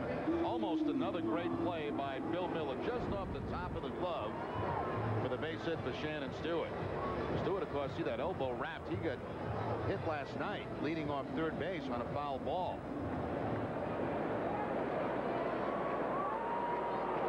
He has 4 stolen bases. He's been thrown out once trying to steal. He's the tying run at first with 1 out in the 5th inning. Christian Guzman, 2 for 2. Lifts it to left. Ramirez retreats and makes the catch. 2 down. We can't reverse the curse, but we can rewind the week. Tune in to Granite City Electric's Red Sox Rewind, hosted by Eric Freed. A 30-minute review of Red Sox profiles, interviews, and highlights. After an exciting week, unwind with Rewind. Mondays and Tuesdays at 5:30 p.m. and 11 p.m. only on NESN. Please. I always feel like that's a little bit too much of a command. Please look again. Please look again. Thank you.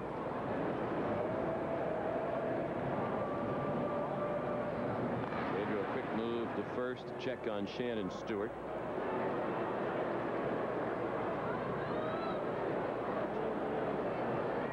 Pedro's given up 5 hits. He has walked 1 and struck out 7. Lou Ford, the hitter.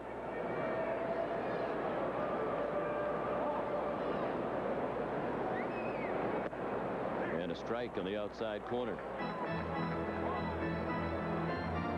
Ford has fly to center and struck out. Back-to-back hitters in this lineup. Ford and Moreau, the cleanup hitter, who have never faced Pedro until today.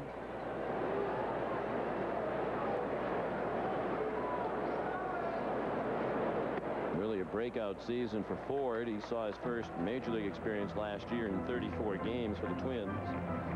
Hit .329, drafted by the Red Sox in the 12th round in June 1999,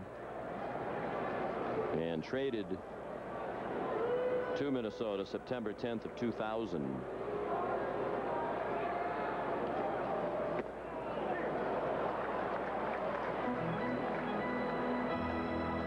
Traded for the pitcher Hector Carrasco, who did not make much of an impact with the Red Sox.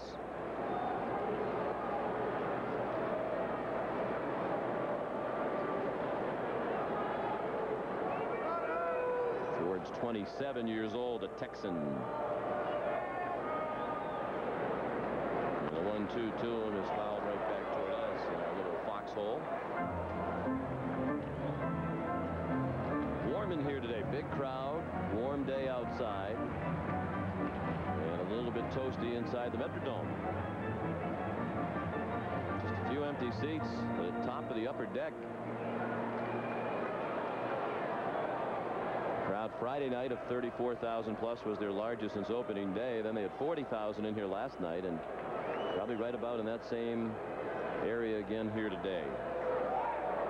Stewart runs the pitch, a ball, the throw, got him, and that ends the inning after 5-2-1 Red Sox. Hyundai's on a winning streak, and during Hyundai's winning streak summer clearance, save big on the popular Hyundai Elantra. The Elantra costs $1,600 less than a Honda Civic LX when comparably equipped. And right now, you get up to $2,000 cash back or 0% APR on every Elantra. Plus, Hyundai's award-winning quality is backed by America's best warranty. 10 years, 100,000 miles. So don't buy another car before you check out Hyundai's winning streak summer clearance. Get a 2004 Hyundai Elantra with up to $2,000 cash back at your local Hyundai dealer. Ringside at Foxwoods Resort Casino. Live hard-hitting boxing in the Fox Arena. Saturday, August 7th, the action heats up when Athelino Popo Fritas battles Diego Chico Corrales in a 12-round WBO lightweight championship fight, plus 6 other bouts. All bouts subject to change. Get your tickets now at 800-200-2882. Saturday, August 7th at Foxwoods Resort Casino. The wonder of it all. Conveniently located off I-95, exit 92 in the Mystic Places region of Southeast Connecticut. In association with Banner Promotions. You were drinking gungy water, trying to blow my head. Rubber dealing woman, stop and lay my money down. Well, if you don't stop it, babe, find yourself sleeping in the ground.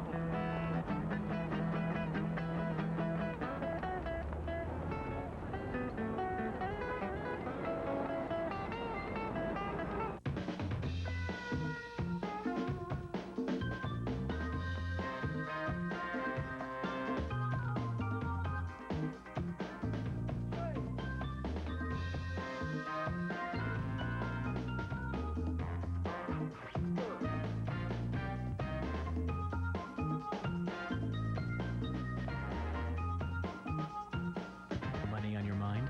At Sovereign, we're here with red carpet service. Guaranteed. Jason Varitek threw out Shannon Stewart trying to steal to end the 5th inning. The Red Sox bat in the 6th, leading 2-1. Gabe Kapler takes a strike for Johan Santana. This is almost like a pitch out for Jason Varitek. He gets the fastball from Pedro right on the money to get Shannon Stewart at second base. And Pedro appreciates that. He'll give a little point to it as catcher. Varitek thrown out about 23% of the runners this season. Pedro usually does a pretty good job of controlling that running game. He'll hold the ball a long time, make some quick throws to first base. Oh, he's scarfing down some yogurt between the innings there. Getting some energy, I guess, yeah.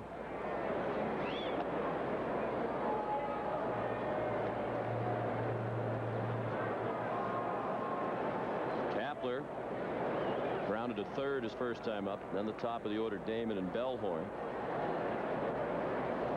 Red Sox had just 2 base runners, but they both touched all the bases.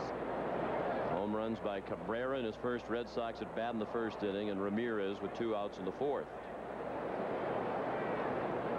They very nearly had a 3rd home run.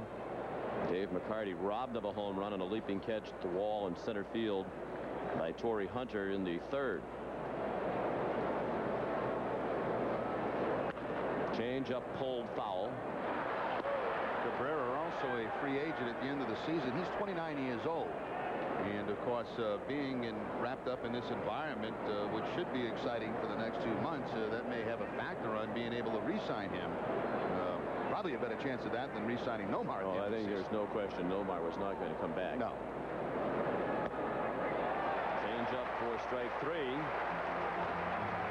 Santana has now struck out 4 of the last 5 Red Sox hitters. He has 7 for the ball game. And I've got a count of 4 of those strikeouts on this changeup. Now, this one was down in the zone. A lot of them have stayed upstairs.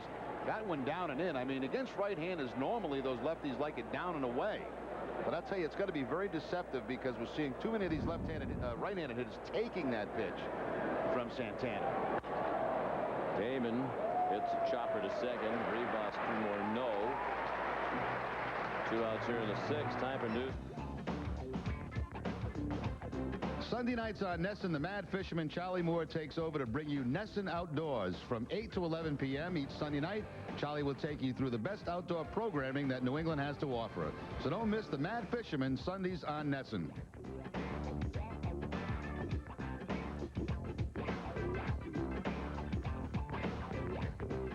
5 homers in 77 games. He is, of course, former batting champion. Mark Bellhorn has struck out and popped short. And the Yankees uncertain about the health situation of Jason Giambi, looking for a bit more depth at first base. And Giambi diagnosed with a benign tumor, but there has been no explanation on where that tumor is and what the cost of therapy is going to be.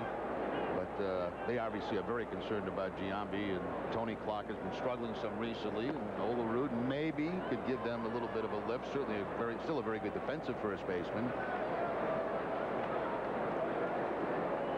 3-0 the count on Bellhorn. Santana has not walked a batter today. Stage just 2 over the minimum at this point in the game, but he's on the short end of a 2-1 score. In the final meeting of the season between these two teams, at least the regular season, the Red Sox trying to split the 6-game season series. They could do that with a win today. Ball 4 was close. 2-out walk to Bellhorn, and here comes Cabrera again. The shortstop, Orlando Cabrera.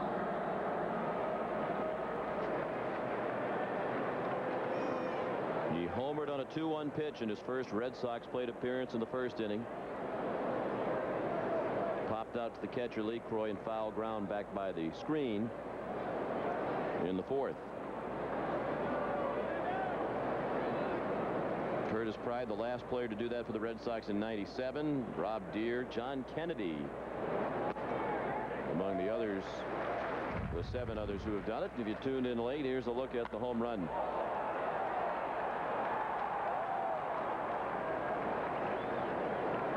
You have to think his head was still spinning. Everything that he's been through. Yeah. Traveled here today, had to hurry to get here in time for the game. An abbreviated batting practice session, probably got 10 swings in. Met the media, got his new uniform, met some of his new teammates, and then gets up there and hits a home run. The other thing too, Sean, is you're not going to a National League team. I mean, you're coming to ballparks that, I don't know if they played here, Montreal, but I mean, something you're not accustomed to. Where the heck is the clubhouse? How do I get there? Strange day. And what a difference in atmosphere. He's going from Montreal, where nobody cares, the ballpark's empty, to Fenway Park, where it's full every night. Tremendous intensity and passion from the fans and media. Another one of those high changeups. That's a strike, 1 and 2. John Kennedy, in his first Red Sox plate appearance back in 1970, hit an inside the park grand slam. It's a pretty good way to make a debut. July 5th of 1970 against Cleveland. That high changeup up and away. I'm really surprised at how many high changeups he has thrown today and gotten away with them.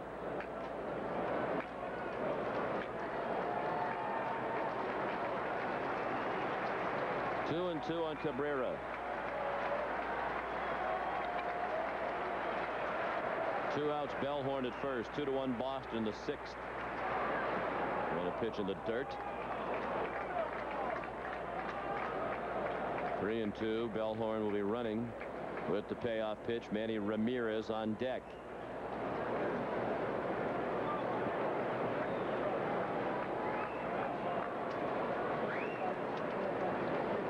Cabrera wearing number 36. He was number 18 in Montreal. That wasn't available with the Red Sox. So they just doubled it and came up with the number 36.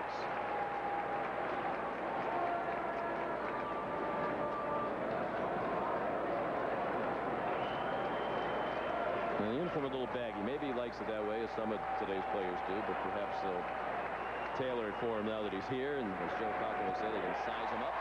Another high changeup, swung on and missed for strike 3 in the 6th, 2-1 Boston. For the largest selection of gas and diesel motorhomes in New England, it's USRV. Celebrate America with a USRV. This 2005 Fleetwood Fiesta 26-foot motorhome or 26-foot Tioga, your choice. Only $491 monthly, no money down. Or this 2005 Airstream 19-foot Bambi, only $269 monthly, no money down. Quantity, quality, and price. It's USRV. My name is Marty, and we make better deals.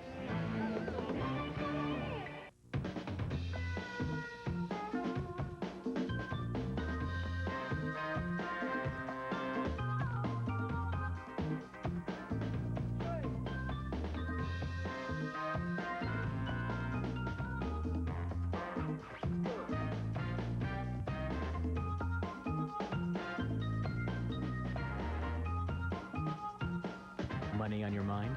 At Sovereign, we're here with red carpet service. Guaranteed. Who do you call when you need a car? 508-880-0000. Lincoln Mercury of Raynham. At Lincoln Mercury of Raynham, buy a brand new Grand Marquis for only $17,899, or lease a new Mountaineer or Monterey for only $199 a month. Call 508-880-0000. Lincoln Mercury of Raynham. 508-880-0000.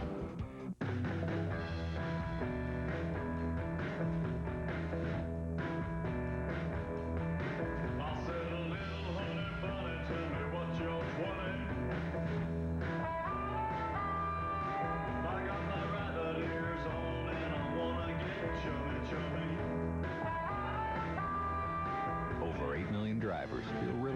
riding with Geico. 50. Pedro Martinez pitching to Lou Ford. First pitch of the bottom of the 6th inside. Ford's 0 for 2. He was at the plate. And the last inning ended for the Twins with Shannon Stewart caught stealing. Out of play behind the plate. A ball and a strike on Ford, then Morneau and Hunter.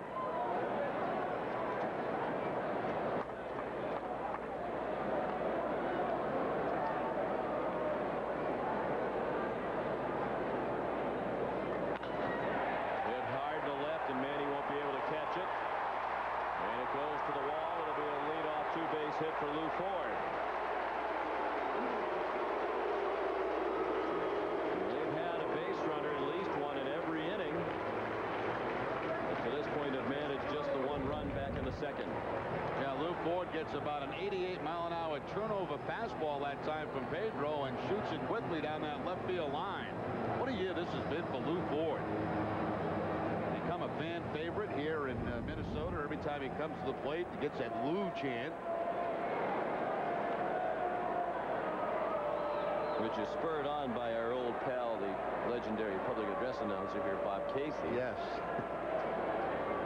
Who emphasizes the Lou. In his introduction, Morneau cranks one down the right field line. Just foul. Oh, that was inches foul. A huge break for the Red Sox. Not sure it had enough height to be a home run. It was very near the foul pole right at the top of the baggie. Yeah, remember now, it has to get over the baggie to be a home run, and looking there, it looked like it would have been right at the top of the baggie had it stayed in fair territory. When this place first opened, there was no baggie out there. Morneau has struck out and fly to right. Just missed tying up the ball game. It would have been off the baggie had it been fair. 1 ball and 1 strike. Jesse Crane has been warming up since this inning began. Santana has been cruising right along.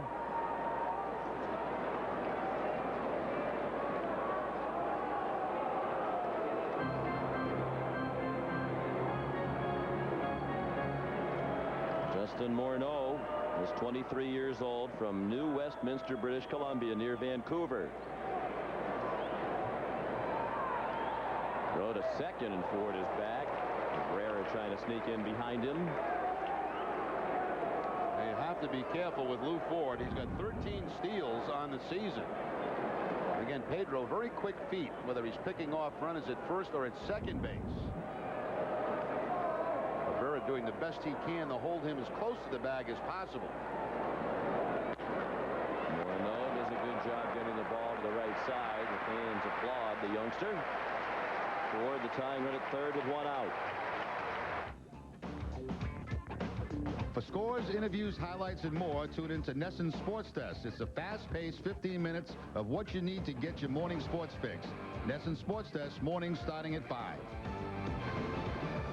Trying to prevent the Twins from getting the equalizer here in the 6th. Torrey Hunter has struck out and lined to first. He hit a bullet that was caught in a great diving backhand play by Dave McCarty in the 4th inning.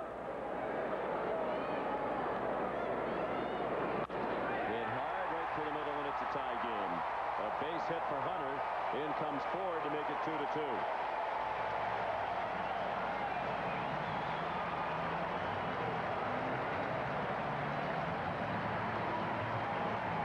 Now Torrey Hunter, who has not had a lot of success in his career against Pedro, extends his inning streak now to 5 games. He doesn't wait around with that man on third base. First fastball, shoots it right back up the middle for the base hit. 48th run batted in for Torrey Hunter.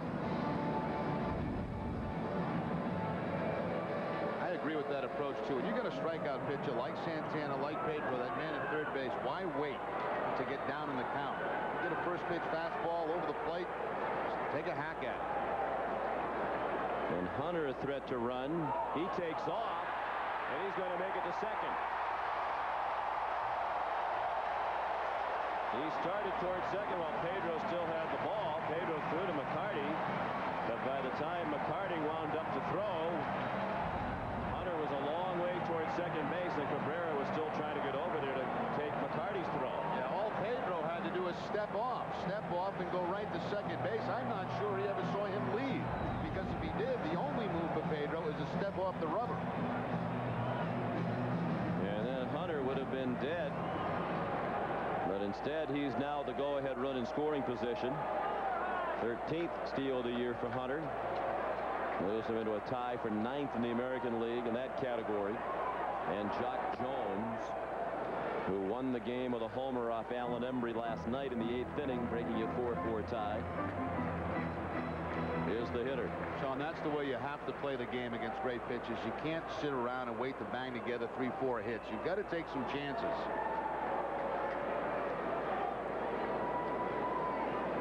Jones has fly to center and struck out this afternoon. Sends that one to the backstop. 0-2. You mentioned your friend Bob Casey yesterday when all this trade and stuff was going on. He was crazy because he wanted lineups, and lineups were very late coming out. And then he's trying to figure out who they got for Mankiewicz. And he's, who do we get? Who did we get? It was funny. Bob Casey, their public address announcer, is also a very passionate Twins fan. Not just the Twins, but really all the teams here in the Twin Cities. There's Case. Back there in his familiar perch right behind the umpire. I mentioned they got a minor leaguer. He wasn't too excited about it. I can't repeat what he said. But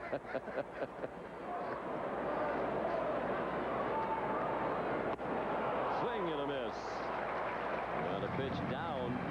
Jones fans for the second time. That is 8 for Pedro Martinez, matching Santana's total. Each pitcher with 8 strikeouts today. Yeah, looks like a cut fastball here from Pedro down and into Jock Jones to pick up the strikeout. Now this is interesting. You get first base open with Koski at the plate and Lee Croy on deck, the right-hander. We'll see how they go about trying to get Koski out here.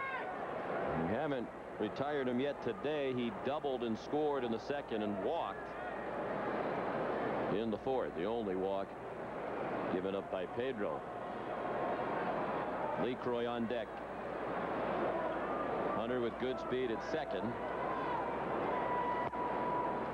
And a ball. Red Sox have not trailed in the game. They led 1-0 after the Cabrera homer in the first. Twins tied it on a double by Koski and single by Lee Croy with 2 outs in the second. Ramirez hit a solo homer for Boston in the fourth with 2 outs. With the Red Sox back up, and now the Twins have tied it on the fourth double, and Hunter single. A ball and a strike on Koski. Mike Morneau, he's a Canadian.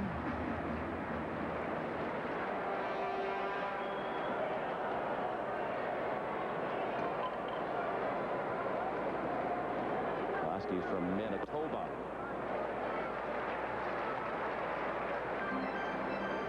2 balls and a strike on Corey.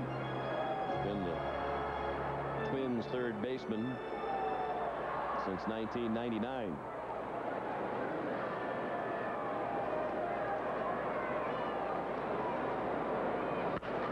Out of play in the left. Jesse Crane, who was warming up, has stopped. He might have just been getting some throwing in. I certainly don't expect he just got called up today. I wouldn't expect that he would be in this game right now the way this is going, and especially the way Santana is going.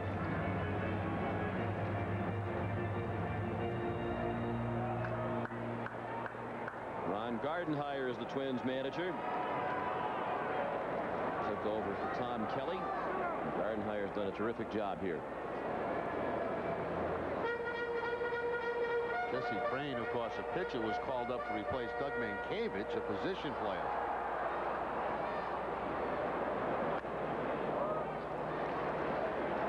Make room for Cabrera, his arrival. Andy Dominique sent back to the minors. Yeah, the Red Sox will have to make another move tomorrow when Roberts shows up for duty. My guess would be probably Kevin Youkilis would get the call, depending on if there are any injuries that happen today. Twins have won back-to-back division titles in Gardenhire's first 2 years. They lead their division this year. And they go to pass ball. Pitch a little bit inside, but Veritek did not love it. It goes to the backstop, and now the go-ahead run is at third. And no cross up there either, just a matter of Veritek not catching the baseball. A cut fastball here from Pedro, and right off the webbing of the glove for Veritek. There was scored a pass ball by Tom Meade. The official score here. Another one of the great gentlemen of the American League as we travel around. Been here in this organization for a long time.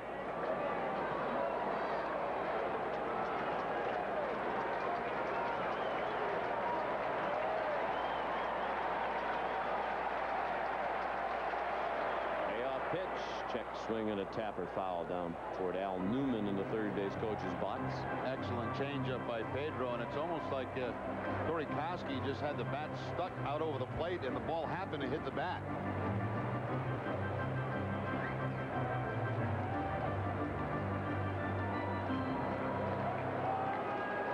Under at third. 2 outs. 2-2 game in the 6th. And another 3-2 pitch upcoming to Koski. Pedro took too much time. Koski asked out.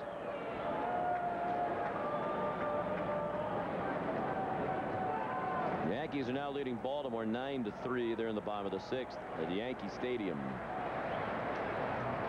The 3-2 pitch. He struck him out. And that ends the inning. After 6, tied.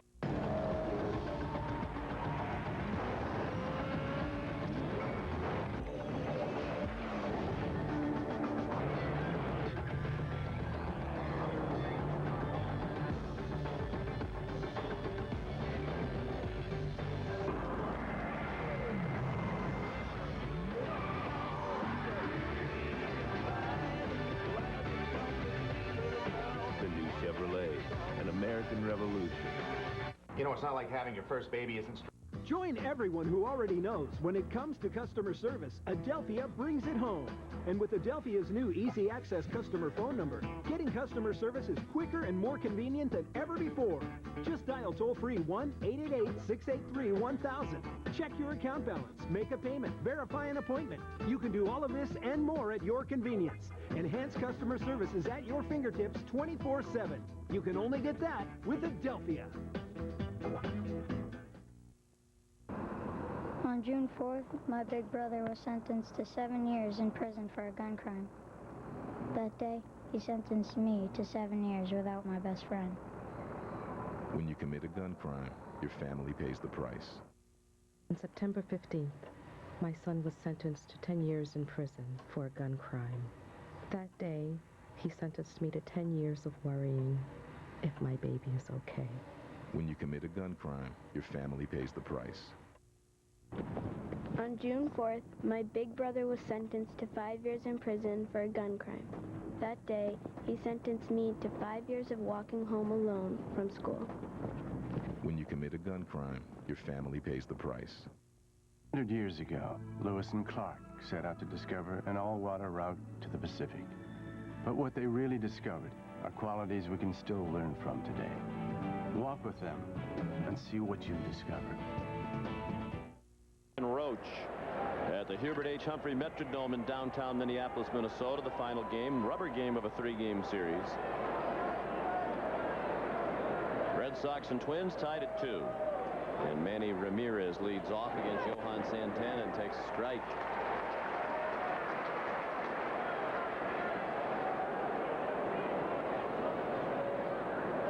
Ramirez has flied to center and homered to center.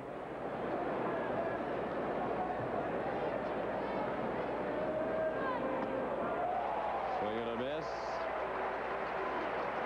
0-2. Ramirez, Veritek, and Millar coming up.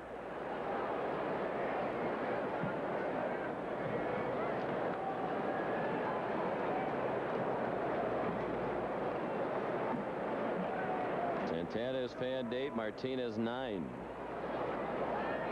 Each pitcher has walked just 1. Change up, strike 3. Another belt high change up. Each pitcher with 9 strikeouts. 1 out here in the 7th. Yeah, I've never seen so many changeups taking for a third strike that have been up in the zone. But again, as I mentioned, Sean, the deception on that pitch has to be very, very difficult for those hitters to pick up. You see changeups up in that area. A lot of times guys hit those a long way. Not the case today. Red Sox have just 2 hits, both of them homers. By Cabrera and Ramirez. They've had just 3 base runners. Bellhorn was the other after a walk in the 6th. Varitek has struck out twice. With Nomar gone, this is going to become a critical spot in this Red Sox batting order. Who is eventually going to hit behind behind Ramirez in this lineup? Now, they survived early in the year with Ortiz and Ramirez 3 and 4.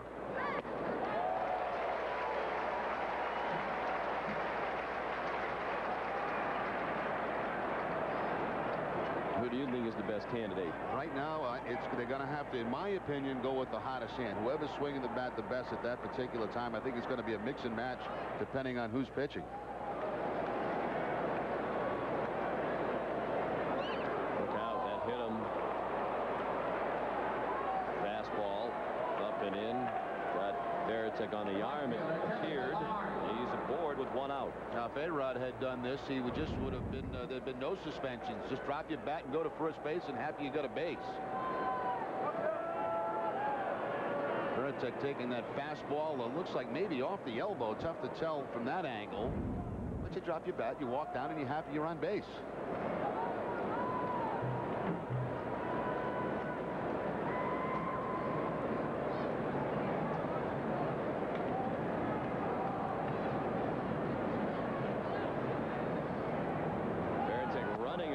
Pitch to Millar, a bad throw, and it goes into center field. LeCroy threw a hopper well to the right side of the bag, and Varitek winds up at 3rd. So it's a stolen base for Varitek, and then an error on LeCroy on a terrible throw, and Jason has his 7th stolen base. Yeah, you know, LeCroy behind the plate does not throw well at all. That's why he DHs a lot. If you had Blanco back there who throws out over 40% of the runners, Varitek probably doesn't run. 7 steals now for Varitek, and all of those steals have been straight out steals, not the delay steal variety.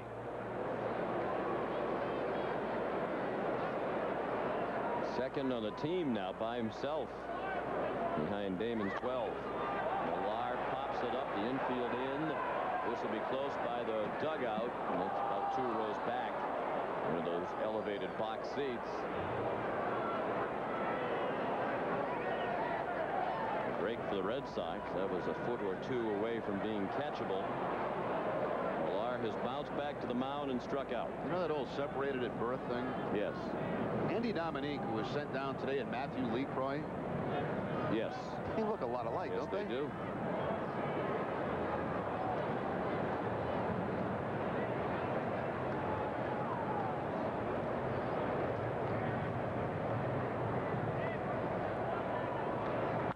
Millar hit in the air, not very deep. Torrey Hunter wanted to catch it. Jock Jones caught it instead, and it is deep enough to score the run. You wonder if Hunter's a little irritated. He ran over there, got right behind Jones in position to catch it with his momentum coming toward the plate. He has a better throwing arm than we just saw there from Jock Jones. But Jones caught it. The throw nowhere near getting Varitek, and the Red Sox lead 3-2. Yeah, and you know, the way that Jock Jones went after this, he actually started to backpedal, and once that happens, I mean, you got an excellent chance to score. He did not have himself in a good position to throw at all. And Varitek with no problem coming home as the throw's not even close. You're right, Sean. He'd have been much better off letting Hunter take that. So the Red Sox being aggressive. They didn't sit around against Santana. They took off to steal with Varitek, and it ends up turning into a run. Varitek hit by a pitch, stole second, went to 3rd on the bad throw by LeCroy, and scored on the sac fly by Millar. And the Red Sox lead for the 3rd time today. The RBI for Kevin Millar, his 39th of the season. Swing and a miss. He struck him out to end the inning. In the 7th inning stretch, 3-2 Red Sox. ringside at Foxwoods Resort Casino. Live hard-hitting boxing in the Fox Arena. Saturday, August 7th, the action heats up when Athelino Bobo Fritas battles Diego Chico Corrales in a 12-round WBO lightweight championship fight, plus 6 other bouts. All bouts subject to change. Get your tickets now at 800-200-2882. Saturday, August 7th at Foxwoods Resort Casino. The wonder of it all. Conveniently located up I-95, exit 92 in the Mystic Places region of Southeast Connecticut. In association with Banner Promotions. Quality items, great prices, and convenient locations. Extramart has all your bases covered. Stop by for a cup of our very own Brew Boy coffee or a double-sized Deli Joe sandwich. Heading for home or running on empty, Extramart introduces Extra Fuels, our own premium quality gasoline. All this month at Extramart, Pringles are specially priced at just 2 for $3. Pringles, once you pop, you just can't stop. Priced right and ready to go, Extramart is always a home run. There are plenty of reasons to choose Dodge Grand Caravan over Toyota Sienna and Honda Odyssey. Caravan has stow and go. They don't. Caravan offers a convenient overhead storage system and 12 cubic feet of in-floor storage. They don't. And during the summer sales drive, celebrate Chrysler Financial's 40th. Drive Caravan and make no monthly payments until 2005. Plus, get $2,000 in combined cash allowances, which makes Caravan cost thousands less than those other guys. That means Dodge has your next minivan, and Honda and Toyota don't. Boy, I can't wait to get a 3-ton. This is perfect. All right, hold on. Oh, hey, bud, what's the matter? What's wrong? Listen, we got to do this promo. No promo, Bob. I'm doing a TV show. I'm catching fish. I need to catch some fish. Listen, I'm the producer. We need... Oh, we're going to go down to producer. Okay, fine, producer Bob. What's the promo? It's Charlie Moore's Summer of Fun. Really? Well, you know what, Bob? For you, I'm going to do this promo. It's the Charlie Moore Summer of Fun on Nessun with a cool summer full of hot Charlie Moore episodes every Sunday night at 8 on Nessun. Okay. Welcome back to the Metrodome. 7th inning stretch just getting finished. I'm Dan Roach. Red Sox lead it by a score of 3-2 as we go to the bottom of the 7th. It's time now for your Citizens Bank Not Your Typical Fans. And we're joined by Patty and Nancy Roach. And hold up your sign there that says, I'm not your typical fan. They tried to get us to come over here, and it worked. Now, tell me, you're from... We grew up in Mansfield, and Nancy lives in Boston now, and I live in South Dakota. And we met here at the Metrodome to finally get to see Pedro after many years of trying to see him at Fenway, and it never worked out for us. Now, in South Dakota, you still watch all the ball games, right? Yeah, we have a satellite dish, and we're able to get most of the Red Sox games, and we really love listening to Jerry Remy and Sean and Don, and I have my Wally too, Jerry. Now, you are a big fan too, but you're kind of disheartened with the New England sports scene these days. Why? I was really disappointed when I flew in last night and found out that Nomar had been traded, but I love the Red Sox, so we'll just, root for them anyhow. All right, so there you go. The Citizens Bank Not Your Typical Fans, Nancy and Patty Roach. And again, they spell it differently, Sean. It's R-O-A-C-H, not R-O-C-H-E. Back to you. All right, Dan, thank you very much. So we will believe, Dan, that there's no nepotism involved in today's Not Your Typical Fan segment. From South Dakota.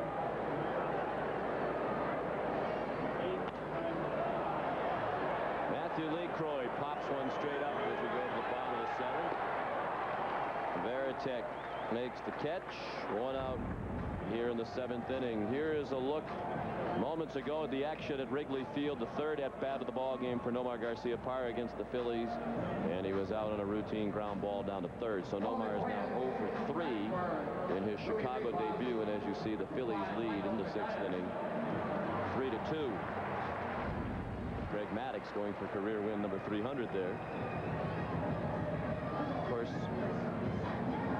you on your website have all the scorecards that you use available to folks. And I would think that last game for Nomar earlier this week now would be a collector's item. It's amazing, Sean. It started yesterday, and it's been like, it's constant. And, the biggest sellers we've ever had have been the Lowe's no-hitter, that Marlins game last year.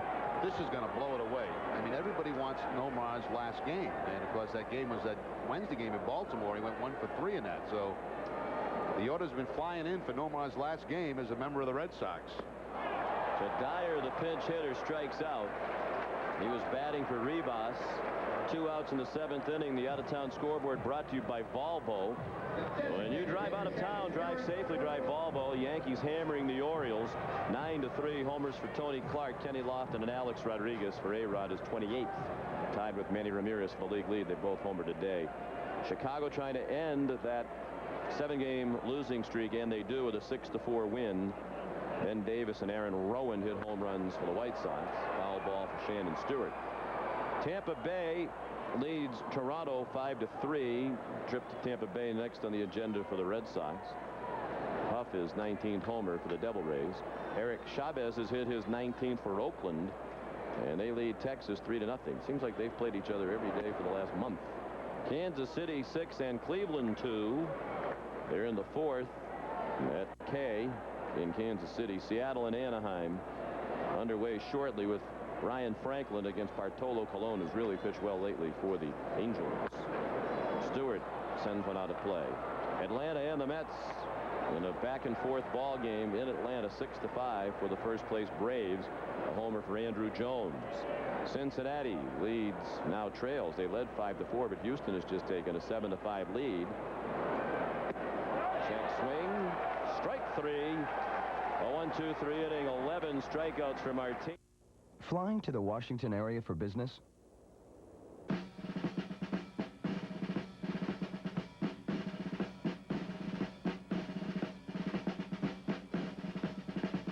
If these 23 reasons don't convince you to fly Southwest Airlines nonstop to Baltimore Washington International, maybe this will.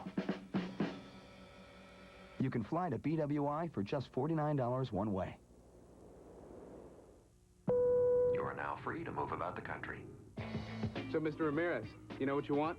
Mr. Ramirez. Manny?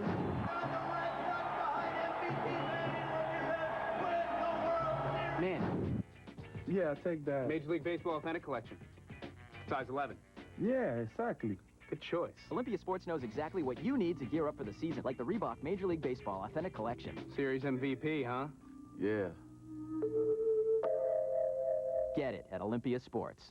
Quality items, great prices, and convenient locations. Extra Mart has all your bases covered. Stop by for a cup of our very own Brew Boy coffee or a double-sized Deli Joe sandwich. Heading for home or running on empty, Extra Mart introduces Extra Fuels, our own premium quality gasoline. All this month at Extra Mart, Pringles are specially priced at just 2 for $3. Pringles, once you pop, you just can't stop. Priced right and ready to go, Extra Mart is always a home run. For the largest selection of gas and diesel motorhomes in New England, it's USRV. From Airstream, American Eagle, and Travel Supreme, it's USRV. From Monaco, Pace Arrow and Bounder, it's a Fleetwood product, and it's available at USRV. Celebrate America with a USRV. Factory rebates up to $10,000. Quantity, quality, and price. It's USRV. My name is Marty, and we make better deals. Michael Kadire stays in the ballgame for Minnesota after he pinch hit. He's the second baseman. Red Sox batting in the 8th, trying to add to a 1-run lead. It's 3-2. David McCarty hit the ball hard twice this afternoon with nothing to show for it. Robbed of a homer by Hunter on a fly ball to the wall in center. In the 3rd, and he lined out to the right fielder, Jock Jones, last time up. Fans thought that was strike. First base umpire Lance Barksdale did not agree. Pittsburgh and Milwaukee are tied at 3 as we continue the Volvo scoreboard. Philadelphia, as we showed you a moment ago, leading the Cubs. Rollins, Abreu, Sosa, and Ramirez all with homers in that game. Jeremy Burnett his homer for Colorado. They lead woeful Arizona 2-0. Montreal and Florida are underway in the 1st and scoreless. Los Angeles at San Diego. St. Louis at San Francisco later on. Looks like the end of the afternoon for Pedro Martinez. Heading up the steps to the Red Sox clubhouse. That's a lot of steps here at the Metrodome. That sure is. It's a long walk back up to the clubhouse, especially after a loss.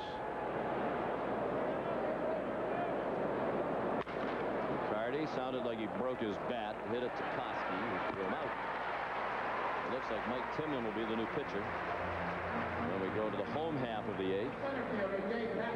I'm surprised surprised at that, Sean. You know, 101 pitches on the day for Pedro Martinez, and still throwing very well.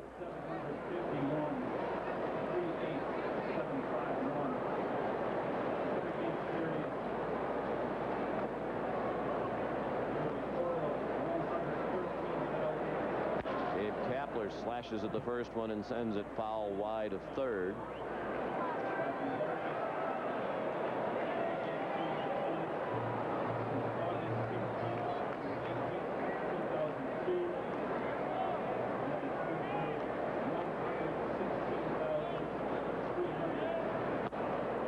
He was fooled by that changeup.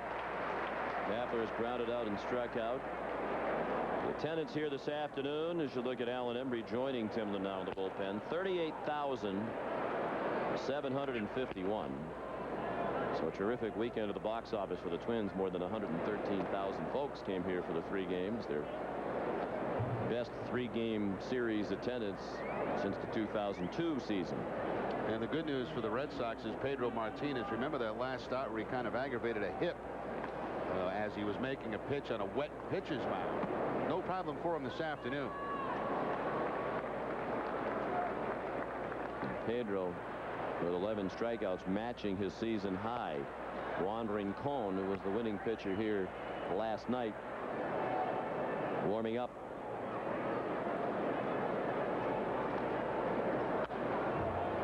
Look out. Well, that was a bullet just to the first base side of the screen, missed the screen and went up about 8 or 9 rows deep. And fortunately, it didn't hit anybody. They're all looking around to make sure everybody's okay, pointing at the place on the stairs where that ball hit.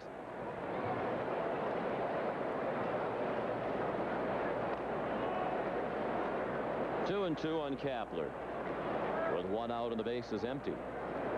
Top of the 8th, 3-2 Boston. Another foul ball.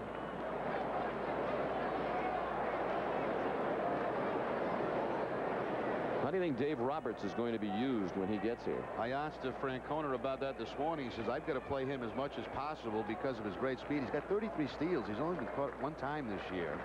He has had a history of some leg pulls and problems.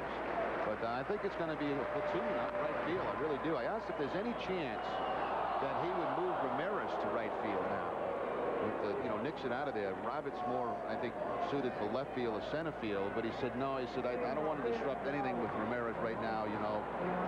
We're going in the last final months of the season. Let him stay in left field. Let him hit the ball and, leave him alone.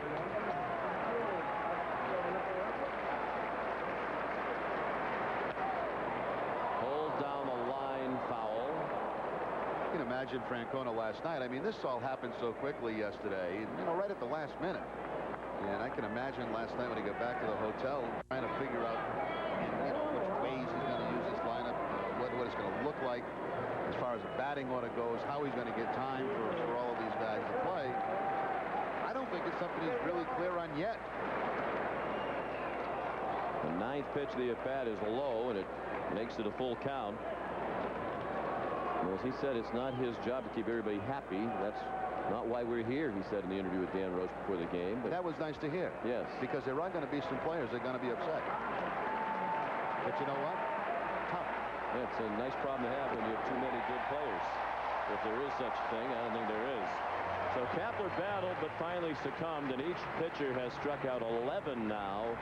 They're the top 2 strikeout pitchers in the league, and they have not disappointed today. Well, I'll tell you what, people like to watch offense, but I enjoy watching 2 great pitching performances, and it's so rare in today's game to see a matchup like today, Santana and Martinez, and both guys pitching very well.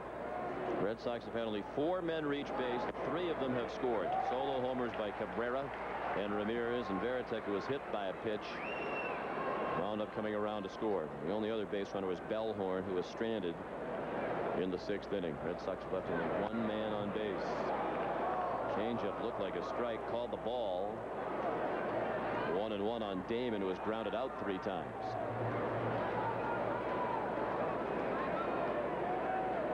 He and McCarty are the only Red Sox who have not struck out at least once.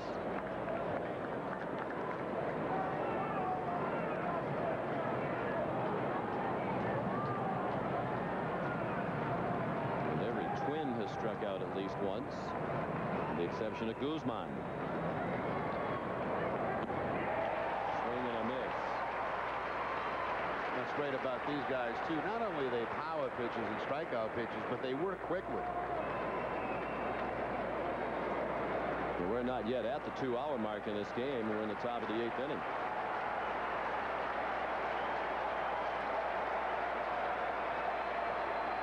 He struck him out. So 1-2-3 inning, 12 strikeouts for Santana.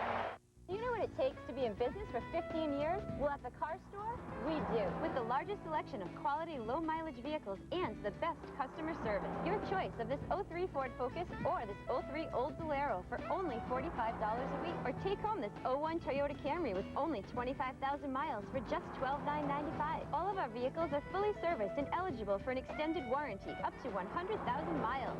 So stop in and see us today. Exit 25 off 95 on Smithfield Avenue in Pawtucket. The conditions at today's venue are perfect. Not too hot, not too cold. Henry scores some points early with the hand wash.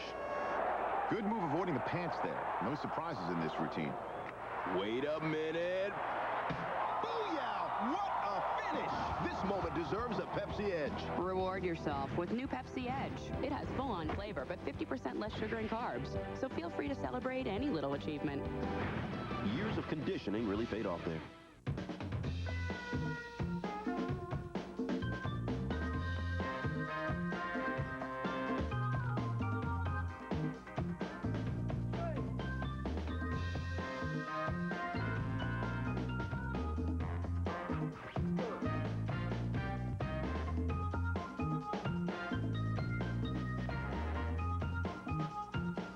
Money on your mind? At Sovereign, we're here with red carpet service. Guaranteed.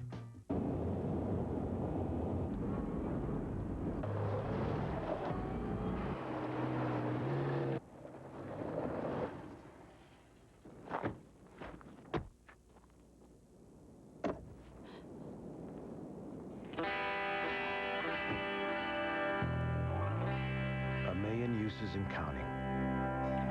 The 210 horsepower supercharged Nissan Xterra. Friends, we invite you to log on to UPN38.com and cast your ballot for the UPN 38 10th Player Award presented by your Eastern New England Volvo retailers. Stay tuned after the game for New England's Red Sox postgame shows. W.B. Mason's Extra Innings Extra, a complete Red Sox wrap-up, followed by Granite City Electric's Extra Innings Extra. After the last inning, the action's just beginning. A one-run lead as we go to the bottom of the 8th. Terry Francona has determined that 101 pitches enough from Pedro Martinez today, and he hands the ball off to Mike Timlin. Timlin making his 50th appearance of the season. He worked the third of an inning last night, striking out one. And it looks like they're going to try to get through this inning with Timlin and Embry, and then hopefully Folk for the ninth. Surprised given the way Pedro was going, Jerry. He retired the last 5, 4 of them via the strikeout. Yep. Only 101 pitches, that he didn't pitch one more inning and then go to Folk. I agree. I thought for sure he'd be coming back out. Of course, we knew he wasn't because we saw him going back up the runway, but I thought for sure he'd be back out for the 8th inning. Had a very strong 7th and only 101. That's a low number for him. 7 innings for Pedro, 7 hits, 2 earned runs, a walk, and 11 strikeouts, and there's a base hit by Guzman. One of the few hitters who has enjoyed this day. He's 3 for 4. Let's take a look at 5 of Pedro's 11 strikeouts on the afternoon. A couple of fastballs there for strikeouts, a changeup, another fastball, and the curveball. All pitches working for Pedro this afternoon. And as you saw, 68 games of 10 strikeouts or more as a member of the Red Sox for Pedro, tying the club record, which he now shares with Roger Clemens.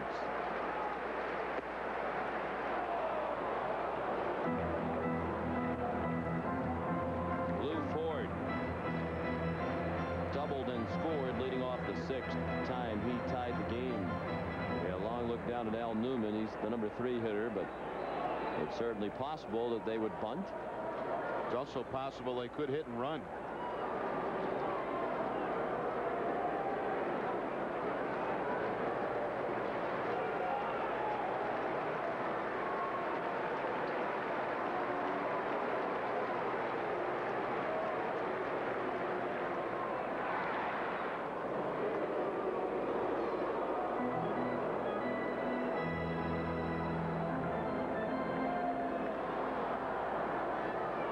Guzman has 7 stolen bases, including one today. He stole third after his double back in the 3rd inning. Miller, even with the bag at 3rd, Ford swings away and fouls one off his leg.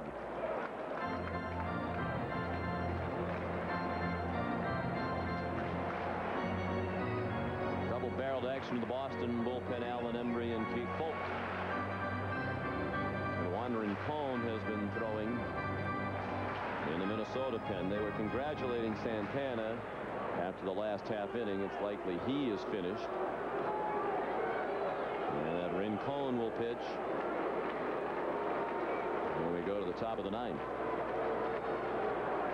115 pitches for Johan Santana. Ford chops one foul. Nice play by a fan with a glove.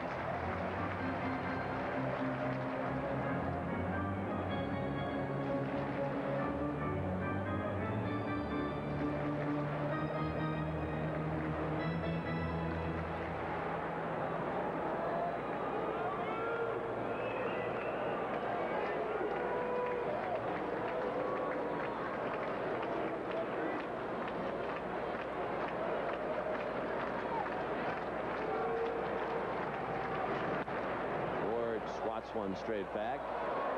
Cubs have tied up the Phillies at 3-3 down at Wrigley. Omar Garciaparra 0 for 3 in a Chicago debut. Greg Maddux out of the ball game, so today will not be the day when he earns career victory number 300. Yankees still leading Baltimore 9-5. They're in the bottom of the 7th in New York. Here it's 3-2 Red Sox. They have not trailed today. This is the 3rd time Boston has had a 1-run lead. Timlin trying to protect it. Having a tough time putting away Ford, who's fouled off a few 0-2 pitches.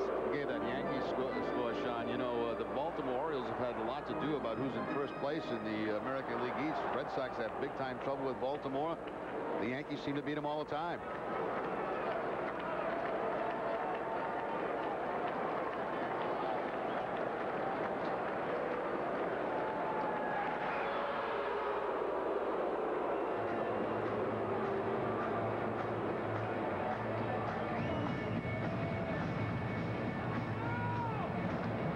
At the plate, Justin Morneau on deck. Could well be the last batter for Timlin, with Morneau a left-handed hitter to follow, and Embry getting ready in the bullpen. The pitch out, it was almost too high for Varitek to handle. A little bit back closer to the plate than Varitek anticipated.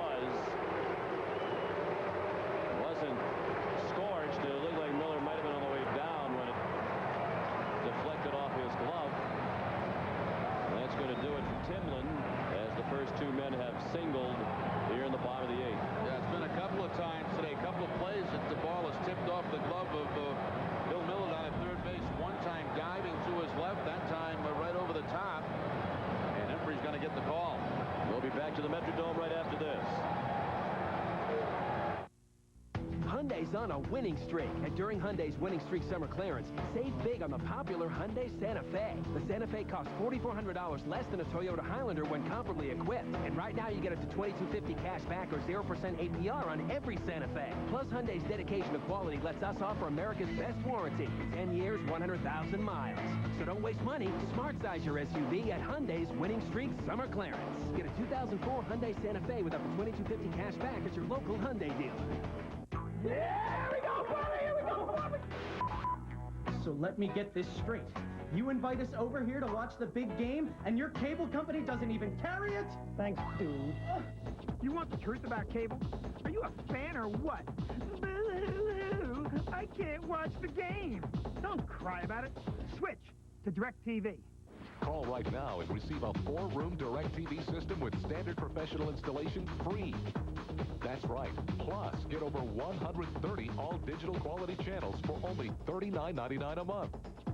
And DirecTV offers you access to over 225 channels, including premium movie channels like HBO, Starz, Showtime, and Cinemax. Plus, DirecTV offers your favorite local channels, too. Call now and get a 4-room DirecTV satellite system with professional installation of $300 value free. Plus, order now and get a free DVD player from VCK. Base two batters did not retire either one of them. Singles by Guzman and Ford. And the Red Sox lead tenuous at the moment, 3-2 with the first 2 men on for Minnesota. And the new pitcher is Alan Embry. Got the loss last night to run his record to 2-2 against the Twins. A third of an inning, gave up that hit, earned run. Did have a strikeout, plus the home run, a 3-1 fastball of Jock Jones. Here's the young slugger Morneau. Aided by a big hand. Many of the Twins fans on their feet now. Morneau's 0 for 3. Miller a half step in front of the bag at third.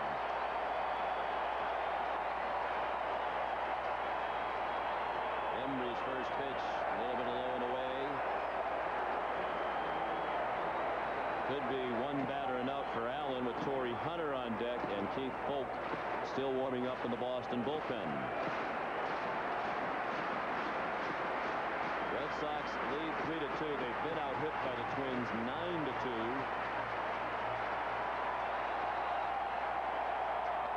Morneau fouls it out of play to the left. 3 runs on 2 hits and no errors for Boston. 2 runs, 9 hits, and 1 very costly error for Minnesota. The throwing error by LeCroy, the catcher, as Veritek stole second in the 7th. That led to Jason scoring the go-ahead run on a sacrifice fly by Millar, an unearned run that is the difference in the ball game right now.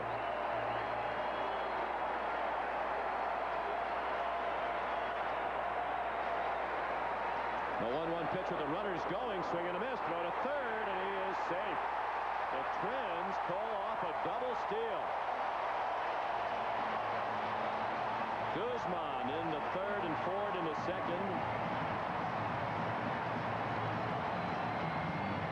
Well, you can see this coming because once that runner at second base gets a read on that left-handed pitcher, even with the left-handed hitter and a wide-open shot for Veritek, it's an excellent jump at second base by Guzman.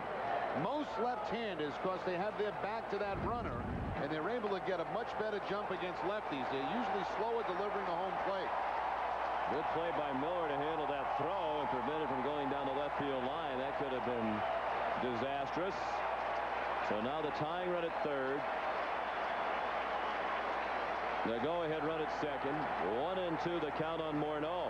The pitch from Embry. Morneau would not chase the high fastball. Both closers are warming up. Joe Nathan and Keith Folk. Twins hoping they can take the lead and then call upon their closer, Nathan, who's had a terrific season. He'll save it in the ninth.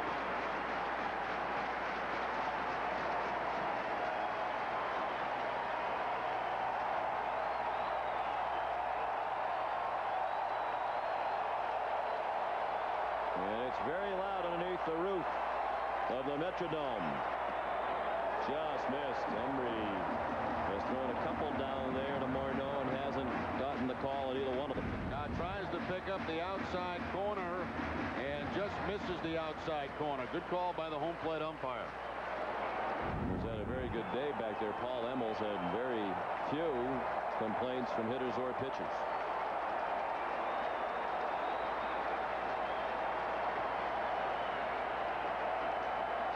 Here's the payoff pitch to Morneau. Fouled in and out of the mid of Veritek. He just could not squeeze it.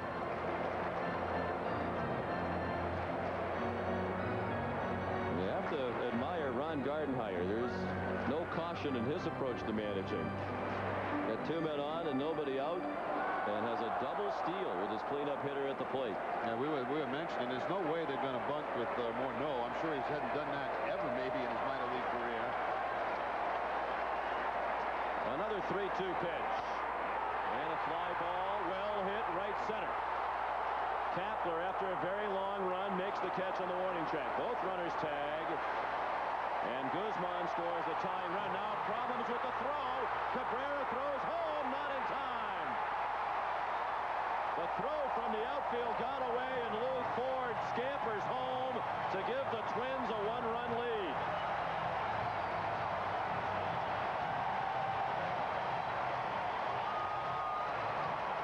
Unbelievable. First of all, Morneau gets credit for hitting the sacrifice fly and at least getting the game tied up. A very deep fly ball. Now the relay's coming in from Kapler, and it's going to be kicked. Right here, you'll see as he goes to the backhand, Cabrera then kicks it toward first base. Some very aggressive coaching down at third base to send that trail runner forward, who's got great speed, and they have the lead that quickly. That throw came in from the outfield, and it bounced well in front, but it was off to the right of Cabrera. When he started to chase it down, instead of getting the glove on it, he kicked it on the artificial surface and continued to roll. And with Lou Ford's speed, he comes all the way around to go-ahead run. They did charge an error to Cabrera as he kicked the throw away. Now Hunter drives one to deep right, caught by Millard for the second out. So it's a sacrifice fly and an RBI for Morneau. And then the error charge to Cabrera, the first Red Sox error, allows Ford to score the go-ahead run. The Twins lead for the first time today. And undoubtedly they'll call on Joe Nathan now to try to save it in the ninth when the Red Sox have Bellhorn, Cabrera, and Ramirez due up.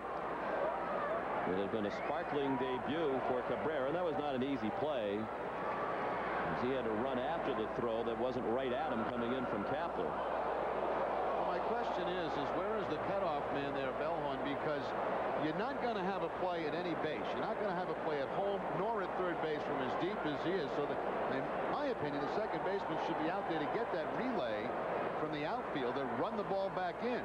Didn't seem to be anybody in the area.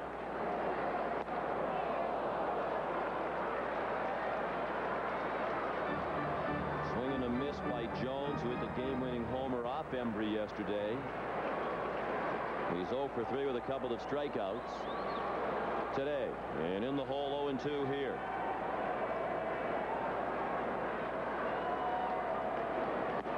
Breaking ball missed. And again, Jerry, I think you have to go back to the decision by Terry Francona. Unless Pedro Martinez said he was out of gas after 101 pitches, you just wonder why he wouldn't come out for one more inning. Yeah, exactly right. My mistake. Bellhorn was out there. He was out there at a cutoff man and got by him. And by the time it was tracked down by Cabrera, it was kicked. And, of course, that's when the other run came across. So Bellhorn was out in that cutoff position but couldn't cut the ball off. Well, Kapler missed him in his haste to get the ball back in quickly. Gabe had a very long run to get to that fly ball by Morneau.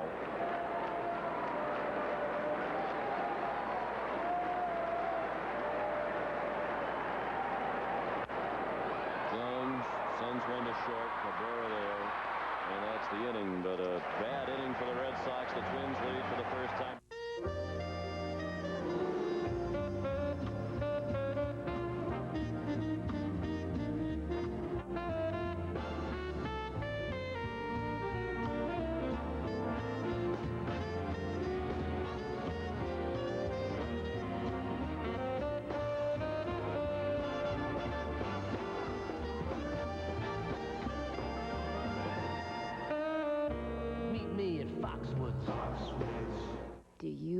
want me? Do you really want me? I bet you think you can't afford me.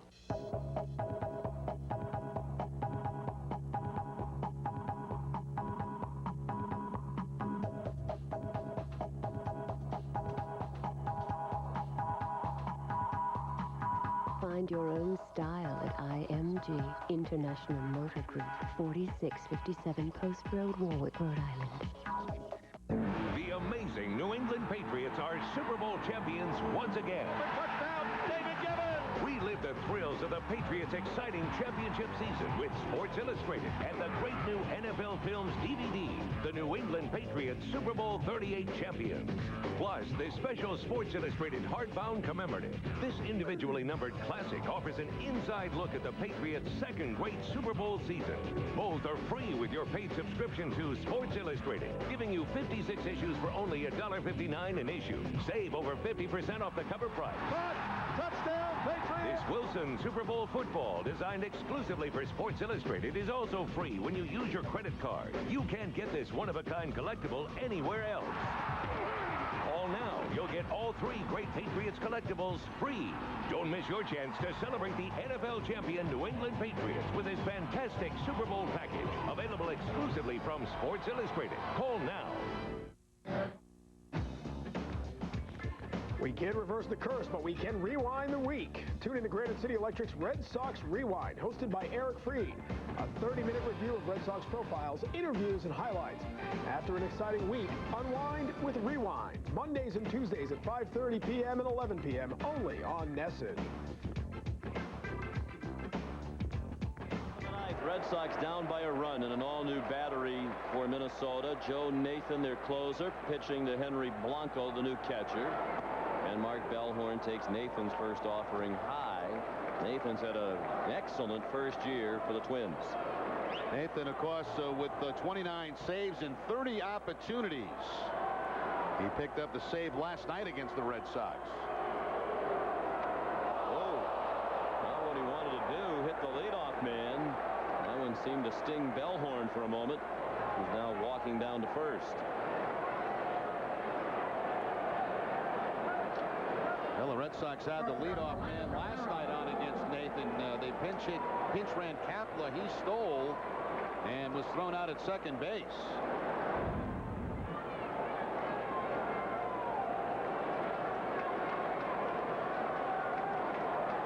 Now Cabrera, who homered in his first at bat as a member of the Red Sox in the first inning, has popped out and struck out since. Charged with the error, albeit on a very tough play for him to make. On the play that gave the Twins the lead.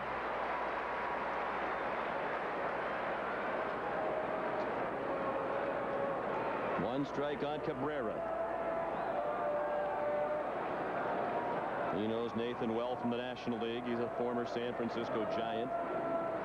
He has not allowed a run since June 6th. He's pitched 22 innings. Without allowing a run. 0-2 the count. He was not a closer in San Francisco. They saw something about him that they thought would translate well to closing, and boy, were they right. Fastball, slider that you just saw to Cabrera, also a curveball.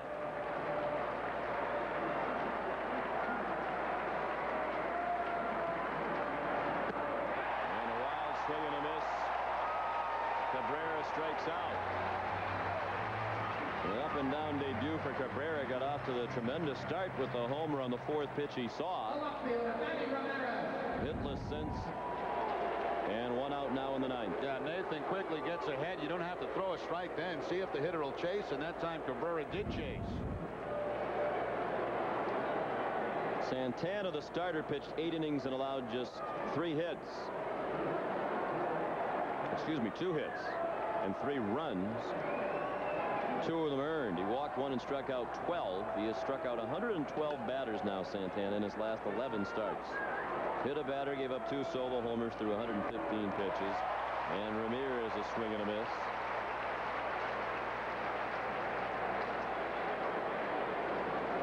Now Nathan, 29 for 30 on the year in save situations, has converted the last 22. Ramirez has flied to center, homered to center, and struck out.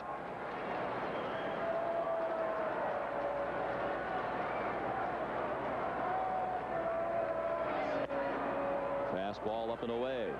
Jason Varitek is on deck.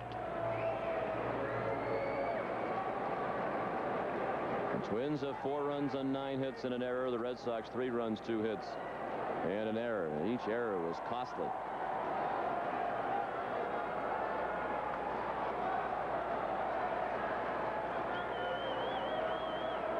Outfield way around toward right for Ramirez, and they are deep. Yeah, they have stayed away from Ramirez in this whole series, pitching him away. And look at Hunter. I mean, you never almost see a center fielder playing that far over. And if you continue on, Jones is very close to the line. He's made a couple of plays on Manny right down that right field line. 2 balls and a strike on Manny.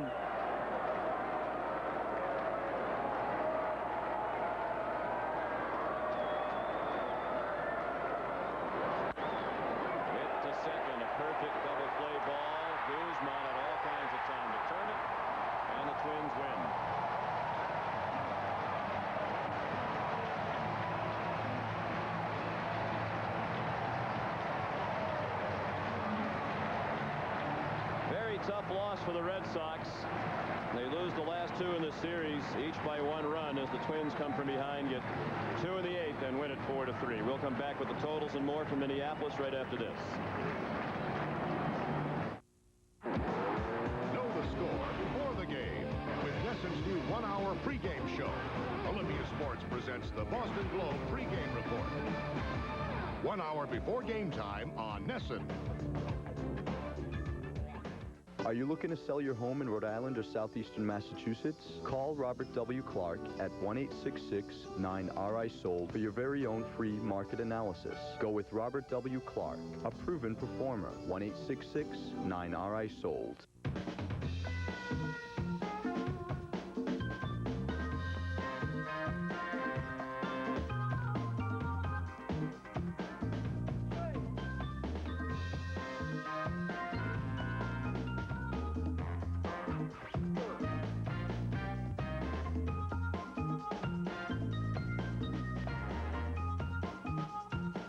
Money on your mind?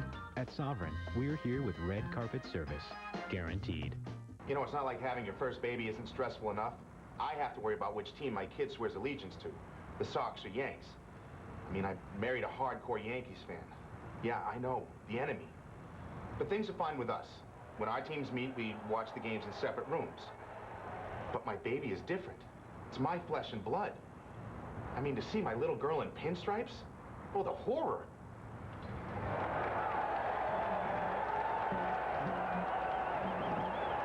It's August on NESN. The Red Sox battle the rain. Cheer up, announcer boy. What are you doing?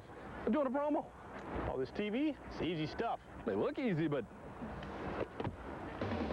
It's August on NESN, and the Sox are hot. We've got that crazy CFL action. You shouldn't call it crazy. Don't miss the Charlie Moore Summer of Fun and the media talking smack on Boston Globe Sports Plus. That was okay, I guess, but I mean, are people going to remember all that? All of what? Exactly. NESN in August. It's hot, brother. Hi, I'm Andrew Raycroft of the Boston Bruins. Join me at the 2004 Boston Bruins Golf Tournament. Reserve a foursome today for the 2004 Boston Bruins Golf Tournament, August 18th at the Pine Hills Golf Club in Plymouth. Catch up when you wake up each morning with Sports Desk. Tune in NESN anytime from 5 to 9 a.m. for NESN's 15-minute rotating sports update. Sports Desk on NESN. Our sportscast on your schedule, 7 days a week. NESN is your ticket to life on the farm, Red Sox style, with Paw Sox action from McCoy Stadium. It's minor league baseball, major league action, only on NESN. Thursday, Paw Sox Rochester at 7 on NESN. Closed captioning for Boston Red Sox baseball is brought to you by Aflac. Aflac, ask about it at work.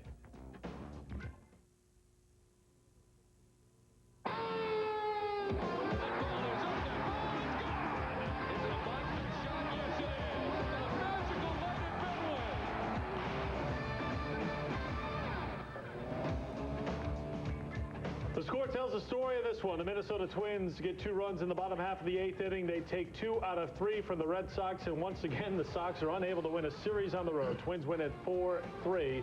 Sox drop back-to-back games to close out this portion of the road trip in Minneapolis. Welcome to WB Mason's Extra Innings along with Sam Horn. I am Eric Fried. Sox had this one set up. Pedro Martinez was terrific. Johan Santana was amazing, giving up just 2 hits, 2 home runs. So the pitching duel lived up to the billing, but the bullpen letting the Red Sox down, and Minnesota aggressive on the base paths in that 8th inning. And the Sox, all this talk about defense, not in place yet.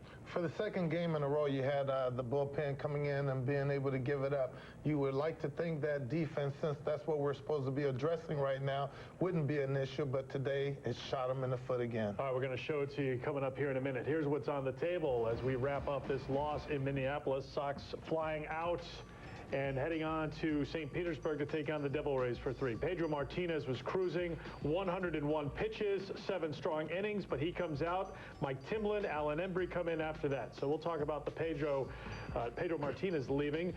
Well, Orlando Cabrera, you talk about a star-crossed debut. His first at-bat's a home run, but then he is charged with the costly error that allowed the go-ahead run the score in the 8th inning. Without further ado, let's get to that 8th inning because the Red Sox had the lead, but Minnesota was threatening there in the 8th. Pedro was done after 7 innings of work. Mike Timlin comes on, and right away, facing the meat of the order, Guzman with a single.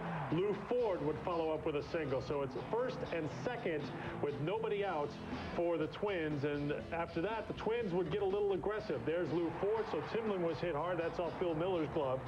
So that was it for Timlin. Faced 2 batters. Alan Embry comes on to face Justin Morneau, the cleanup hitter. He's not in a position to bunt, and the Red Sox weren't in a position to keep that go-ahead run off the board. Here's the double steal. Ron Gardenhire aggressive on the base paths. Yes, he is. And when you have a left-handed pitcher, it's kind of harder for him to pick up the guy at second taking off. So they got a great jump. But my question is, where is the cutoff man at? Over Mark Bellhorn said. David McCarty, you saw him floating off first base a little bit. As Cabrera came over to field it, he kicked it away. That allowed Ford to score from second base. You had Guzman tagging, Ford tagging. Guzman scores easily on the sac fly by Morneau, but there is the boot by Cabrera. By the time he tracked it down, it was too late. Ford running hard around third. He comes around to score, so 2 runs in that one play, and this has been the theme, and it was driven home yesterday when the Red Sox made this trade. We need to get better defensively, and they were not. It starts, I think, with Kapler. He turns and fires to no one in particular, it seems. When over Bellhorn's head, we're looking for where McCarty is on that play. Cabrera trying to make a play, comes over, and he can't make it. There's no clearer scene than that one right there to show that how the defense of the Red Sox is continuously letting them down. Right there, that's just bad baseball. Right there, you have to have everyone in place. They were, but still and again, when you overshoot your cutoff man right there, there's going to be some problems. And right there, it just showed you how defense continues to beat up on the Red Sox. Cabrera was a late arrival to Minneapolis. We were told before the game, got about 10 swings in the cage, got fitted into his new uniform and was put right into the lineup in the number 3 slot. David Ortiz began serving his 5-game suspension today. He'll be eligible to play again on Saturday. So Cabrera is in there in the number 3 slot. His first at-bat, a home run. Mixed emotions right there because, yes, he comes right in and gets it done, but just because he hasn't had an opportunity to really see what the players are doing, he didn't know his proper positioning on the cutoff, but definitely when he got there, you see his first at-bat.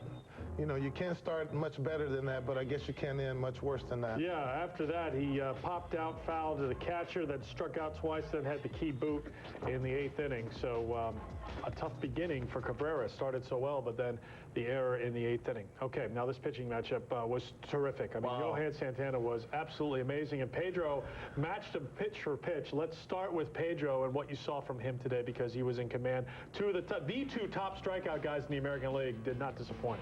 Well, for Pedro, he had that good fastball early, and that's what you have to establish. Once you establish a good fastball, guys don't know what to look for, and as you see, he goes up on Justin right there. But as he gets into the game now, he starts to feel good. He's going to drop a couple of nasty curveballs on some guys, and that other pitch called the changeup. But early, he had the good fastball working. He finished up in the 7th inning. with back-to-back strikeouts to close out the seventh. He ends with 11 strikeouts through 101 pitches, 7 innings of work, 2 runs earned, 7 hits, 1 walk, and those 11 strikeouts. Should he have come out for the 8th inning, Sam? I think he should have. As far as, you know, we don't know what his makeup was as far as how he was feeling or anything, but as far as the way he was pitching, there's a no-brainer. He needs to be in there in the 8th inning. We will hopefully find out in a few minutes from Terry Francona, and we're waiting on word from Pedro Martinez. Remember, he had that pinch in his hip. We didn't see any signs of that from Baltimore. Looked like it was just a one-time thing. He worked that out, so we'll see if there was a reason for him to come out.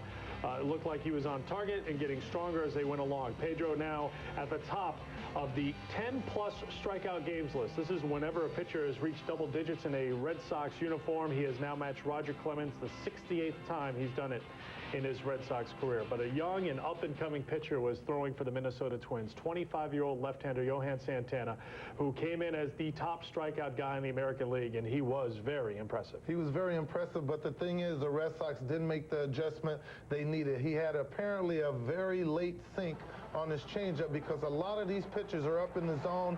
You see the umpire's going to call him. Bill Miller, I think, struck out twice today. I know a couple of times he's watching those balls. As you can see, a lot of guys are just whiffing at that high changeup. Usually when you see a changeup about belt high and it'll look like sometimes higher, you as a hitter, you said while we were watching this game, your eyes get wide because you know you can hit it, but sometimes you can't pull the trigger, and we saw that with the Sox today. That is what made Johan Santana our Subaru star of the game. He goes 8, gives up just 2 hits, striking out 12, throwing 115 pitches. I know some fans will watch and say, well, you know, hit it. It's a changeup. It's not his fastball, but when he mixes pitches so well, that is not easy to do, as we saw today. Well, when you're throwing 93 to 95 mile an hour fastballs, one of the hardest balls to hit is a ball that's elevated in the strike zone. So when you couple that with a great changeup that starts up there with a late sink to it, you're going to have some problems because, like you said, the guys couldn't quite pull the trigger because they know they're not going to hit that high fastball up there, and that's why they gave up on those balls early. And it's not perfect watching it on television like we all are here, but it looked like Santana had the benefit of a high strike zone too, which really helped him out get a lot of called third strikes. All right, lots to get to here. We will get some post-game reaction as the Red Sox fall to the Twins. It ends on a double play, 4-6-3 to close it out. The Red Sox head on to Tampa after a loss.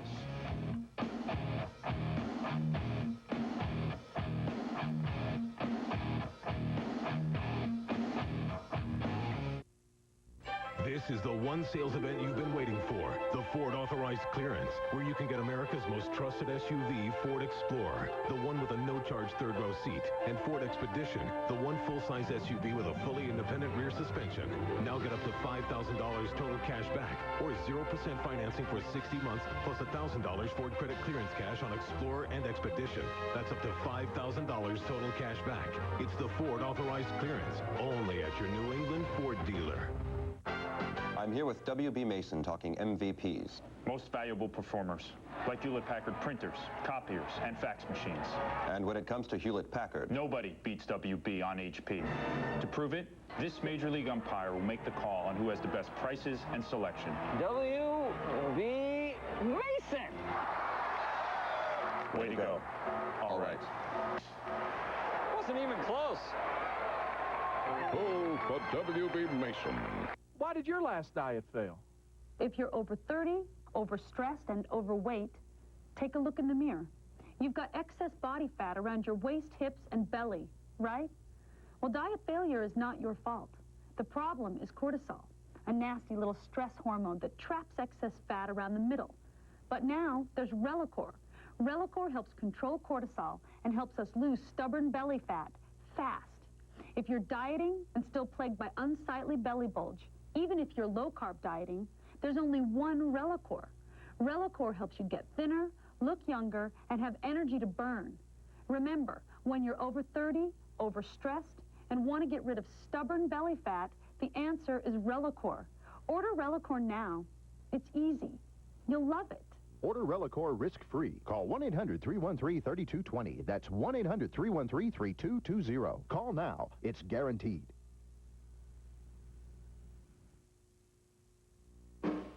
Game highlights are brought to you by Hotel Commonwealth, rated one of the 10 best business hotels worldwide by Forbes. Enjoy the charm and comfort of the hotel. Dine at Great Bay, where you'll enjoy award-winning seafood. The Hotel Commonwealth is located in Kenmore Square and features a new retail gallery with more shops opening this summer. Our game highlights open up with Orlando Cabrera wearing number 36, and his first plate appearance was a memorable one. Deep to left and gone, first home run in the American League. The lifetime Montreal Expo takes Johan Santana deep. Red Sox had a 1-0 lead. 8th Sox player to hit a home run in his debut, by the way. His first at-bat since Curtis Pride. Curtis Pride, the last one to do it back in '97. Here's a play at the plate in the second inning. Corey Koski knocks Jason Varitek over after the base hit by Matthew Lecroy. It looked like Varitek never could get a handle on it. Skipped around the mound area. Never got a good hop to Varitek. Yes, the only thing is the ball, like you said, just didn't get him buried into the deep part, the deep pocket of the glove. David McCarty hits a home run. If someone else other than Torrey Hunter is playing center field. How many times have we seen that with Torrey Hunter? We've lost count. Made it look easy. Manny Ramirez made sure this one was out of Hunter's reach. Number 28 on the season for Manny. That was only the second hit allowed by Santana. Only 2 hits allowed in his 8 innings of work. 2-1 Sox. 6th inning, Twins had some hard hit balls. Torrey Hunter with a single to center. Lou Ford comes around the score to tie it up at 2. In the 7th, with Kevin Millar at the plate, it's Jason Varitek stealing second. He is a good base runner, not afraid to steal bases. Maybe caught Lecroy off guard. The ball went out in the center field. Varitek moved on to third, so some aggressive base running, and then Millar in the right field. Torrey Hunter wanted this ball, was calling for this ball, but Jock Jones wouldn't give it up. He probably should have. Yes, he should, because right here, in order to be able to throw a good ball home or anywhere, you got to be able to set up for it. Clearly, Jock wasn't able to do that. He was standing straight under the ball. We take you back through the 8th again. Back-to-back singles to start the 8th against Timlin. Embry's first batter is Morneau. With the runners on second and third, the sac fly to center. Kapler had it, threw it back in the general direction of the infield. It was booted by Cabrera. By the time he picked it up, Lou Ford came across the plate, and the Twins had a lead. The Twins had a win. 4-3 the finals. They get 2 in the bottom half of the 8th to top the Sox again. Remember, the Twins took 2 out of 3 when they came here to Fenway. They have a knack for winning some of these close games. They play the game well. They're aggressive on the base pass, and they field the ball pretty well. Great defense is basically what kept them in the game today, and they were able to go out, like you said, put in timely and clutch hitting. If you're going to play baseball, you got to play fundamentally sound. Right now, the Red Sox on defense didn't do that. There's a late switch in the lineup for the Sox. Johnny Damon ended up as the designated hitter, and Kapler played center field, as Damon got a bit of a rest on the turf, but had an 0-for-4 day with a strikeout. He was strikeout victim of Santana, Santana's 12th and final victim. Here's the line for Pedro Martinez. Gave up those 7 hits, was hit hard in the 6th, but the Twins couldn't break through on him to get more than what we saw there in the highlights on the base hit by Hunter. 2 earned runs for Pedro, no decision. The loss goes to Mike Timlin. Timlin making his 50th appearance of the season. Embry making his 50th appearance of the season.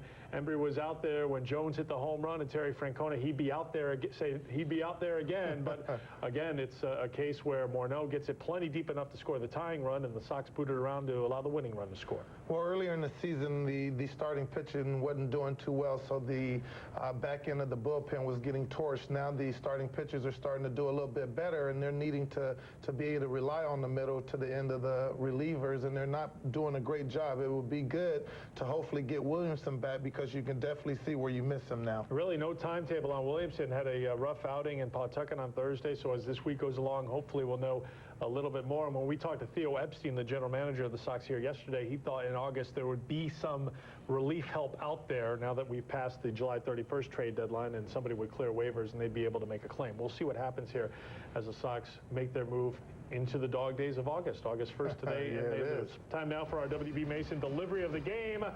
And some of that good Minnesota defense with Santana on the mound. So it always helps when you give up a long... No, that's it. You got stopped at the hyphen there. Didn't get to the pow. Here's your wow. Hunter gets up and pulls it down, robbing David McCarty of a home run. Our W.B. Mason delivery of the game. Post-game reaction coming up from Minneapolis, so stay with us.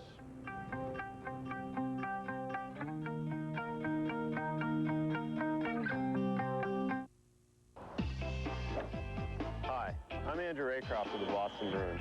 Join me at the 2004 Boston Bruins Golf Tournament. Reserve a foursome today for the 2004 Boston Bruins Golf Tournament, August 18th at the Pine Hills Golf Club in Plymouth.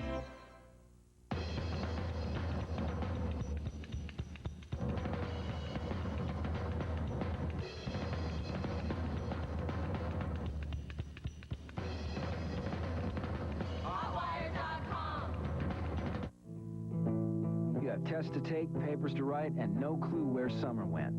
Now you can have the HP Pavilion desktop powered by the Intel Pentium 4 processor with monitor and HP DeskJet printer, just $4.99 after rebates.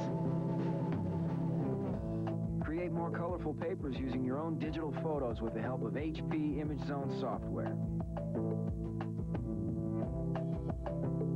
Listen to your favorite CDs or upgrade your Pavilion with a CD or DVD burner. Show your sense of style when you choose a space-saving 15 or 17-inch flat panel display. Call now, and for a limited time, get this PC, monitor, and HP DeskJet printer for just $4.99 after rebates. The HP Pavilion desktop with the Intel Pentium 4 processor. You have everything you need right in front of you.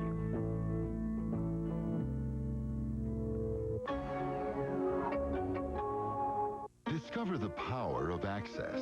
The Premium Club.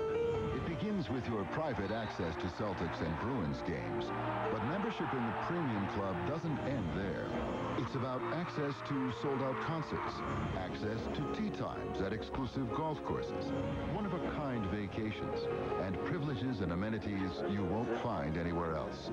For membership details, access fleetcenter.com. The Premium Club, where access is everything. This is the one sales event you've been waiting for, the Ford Authorized Clearance, where you can get America's most trusted SUV, Ford Explorer, the one with a no-charge third-row seat, and Ford Expedition, the one full-size SUV with a fully independent rear suspension. Now get up to $5,000 total cash back, or 0% financing for 60 months, plus $1,000 Ford credit clearance cash on Explorer and Expedition. That's up to $5,000 total cash back. It's the Ford Authorized Clearance, only at your New England Ford dealer. Today's show is brought to you by WB Mason, the official office product supplier of the Boston Red Sox. The day after the blockbuster four-team trade that sent Nomar Garciaparra to the Chicago Cubs, the new Sox players are all trying to get acclimated to their new team and trying to get to their new team. Of course, Doug Mankiewicz had the easy trip going from the Minnesota clubhouse to the Red Sox clubhouse yesterday, did not play today. Orlando Cabrera made it down in time to be in the starting lineup today. Dave Roberts, coming over from the LA Dodgers, got stuck in a traffic jam and was unable to get a flight to join the Red Sox. He's going directly to St. Petersburg to join the Sox tomorrow when they begin a three-game series with the Tampa Bay Devil Rays. Sox go down to Tampa after a loss to Minnesota. We go back to Minneapolis for some post-game reaction. Here's Terry Francona. All right, Eric, thanks very much. Terry, a very tough loss here today against the Twins. Yeah, we didn't do much offensively, but what we did do, you know, we needed it to hold up. We're facing a great pitcher, and again, we had two hits, or the two solo home runs, and then Tech hits by a pitch and hustles into third. We have a chance to make it hold up, and we don't. It does hurt because we got to the bullpen where we were comfortable, and with Timlin, Embry, and Folk, and we had them lined up and it didn't work. Tough situation too with Gabe Kapler out there and right, firing it back into the infield, missing the cutoff man. Yeah, the ball was so deep, and I know in Gabe's thinking, he's thinking, well, I can't let this guy from second have any chance of scoring, and he does. He always hustles and throws it back in. But when you miss somebody and that ball's rolling around, you're not going to see what happened very often, but one time's more than enough. Pedro Martinez, outstanding pretty much today. Your thoughts on why you took him out in that stage of the game? Well, we thought about leaving him in there. With his hip and everything, we talked it over a little bit too. I thought it was the right time. Again, I was real comfortable with who we had coming in and where they were set up. And you can second guess yourself till you're blue in the face, and I usually do. I still thought it was the right thing to do. Before the game, kind of a late change in Johnny Damon. Is Johnny okay? Johnny's fine physically. He was having a tough time seeing the ball and BP on the ceiling, and he kind of came to me and expressed that. So have no problem putting Gabe out there. Okay, Terry. Good luck in Tampa Bay. Thanks, Don. Now back to Eric Freed. Eric. All right, Don, thanks very much. And Johnny Damon saying before the Sox got down to Minneapolis that he's been having trouble all season long, no matter what the park picking up a baseball, and he says he'd always had trouble at the Metrodome. So obviously that stepping into the thinking here today, and who knows, maybe things are different there in the 8th inning. If Damon makes that play, gets to the ball, gets Bellhorn, obviously that was the target on the cutoff, but the play fell apart after that, and the Twins took the lead. And hearing about Pedro, I mean, the hip came up in the conversation. You know, we didn't think it was going to be a big part of it, but obviously it was in the back of Terry Francona's mind that there was some discomfort after that last start in Baltimore. Yes, and going back to what you said earlier, one of the things about Johnny Damon is when you're in the Metrodome during the daytime, it's even harder, they say, to pick up the ball, so that could have been the key. Second of all, going to Pedro, you know, we were talking about the hip. We would think and hope that there's not a problem there, and he definitely was pitching well. So as far as what we've seen, we could not see that there was anything wrong, and he said that he liked the setup that he had with the pitchers coming in. It just didn't work out. Absolutely, but maybe it's a lesson learned here that Pedro, this time of year, as we work in August, maybe it's time to, you know, to let the rope out a little bit here and let him get out there a little bit more. And obviously Timlin and Embry, a combined 100 appearances this year.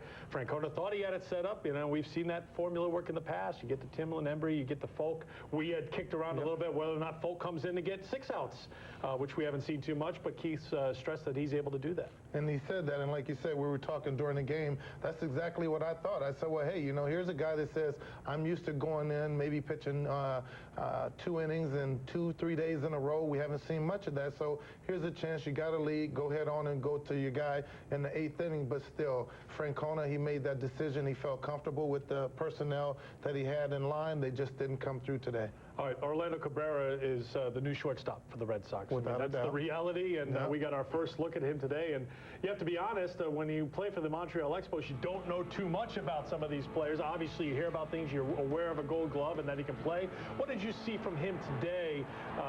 We're showing some of the work in the field. I mean, obviously, he had the travel, there was the excitement. You have to try to put that stuff aside and just be ready to play some baseball. Yes, you do. You can definitely tell that, you know, he's going to be a guy that's going to go out there and play. He's very durable and everything, but today you can't really judge who and what he is off of just one game because, you know, he was here under some tough conditions, traveling, getting to the stadium just in time to be able to take a couple of balls or take a couple of swings, and then from that point, he's right there in the thick of things. So it's tough for a guy to come off of another team, know how the guys in the outfield throw, where the positioning is, things of that nature. So this is not really his fault, although he did kick the ball around. You know, it was clearly Kapler who overthrew his cutoff man, and he just went over there with a good effort and happened to kick the ball on over to first. Really, in a perfect world, if Kapler's overthrowing the cutoff man, should it be McCarty from first moving over for that ball? Is Cabrera trying to make is he working too hard to try to make a play? That's the point I'm making, because you could clearly see that McCarty was really deep. I thought McCarty should have been a little bit more out. He was really deep. He was right there even with the pitcher's mound. So when that ball was over Bellhorn's head, Cabrera, just trying to go off of instincts, knew that that ball was not going to get to McCarty in time. He ran over there, tried to backhand it. The ball hit off his foot, and the rest we know is history. And the only way Ford's going to score is if the ball is kicked and gets away from a fielder, which is exactly what happened. If it gets into somebody's glove, Ford's not going to try it, and he's at third. The Twins still have a threat, but they didn't need to score after that. All right, our Sovereign Bank player profile didn't get into the game today. Doug Mankiewicz will now leave Minnesota behind and get on the Red Sox charter for Tampa. You see the numbers, how he came up through the Twins system, won a Gold Glove back in 2001, but now the property of the Boston Red Sox, and we'll see how it plays out. And how will it play out with Ortiz out of the lineup here? He isn't available to DH. How do you see this lineup with Roberts joining the team in Tampa tomorrow? The best lineup that Terry Francona could put on the field? I would think just because Roberts, you have to be able to utilize his speed. You got to put him in the outfield. You got to give him a chance to come out and, you know, more or less gel with this team. As far as first base, With there being lefties coming up, you would have to consider Millar being the guy that's going to be in there because he's been swinging a pretty good bat. You can DH Millar because you need a DH for the week. Well, if you do that, you're going to have to put McCarty at first because he's definitely the better defensive player. And now that you mentioned that, since Poppy's going to be gone, Millar, and you think of his bat, so you might as well put him in a DH slot. A lot of lefty starters on the docket for the Red Sox. 4 out of 5. Yeah, starting with today, and Santana was probably the best of the bunch, no question the best of the bunch that the Sox will have to face this week. As the road trip continues, a 2-week road trip, and the Sox treading water. And you know what? It's a little below the treading water stage on the road this year as Santana got it done. Twins win by 1. Hi, I'm Kurt Schilling. Hi, I'm Shonda Schilling. Imagine not being able to hug your family because you're too weak to lift your arms. Imagine not being able to say I love you because your tongue is too weak to form words. That's ALS, or Lou Gehrig's disease. It strikes at random and there is no cure yet.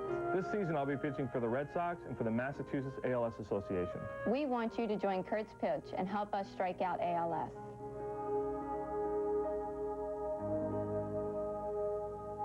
You know, it's not like having your first baby isn't stressful enough. I have to worry about which team my kid swears allegiance to, the Sox or Yanks. I mean, I married a hardcore Yankees fan. Yeah, I know, the enemy. But things are fine with us. When our teams meet, we watch the games in separate rooms. But my baby is different. It's my flesh and blood. I mean, to see my little girl in pinstripes? Oh, the horror.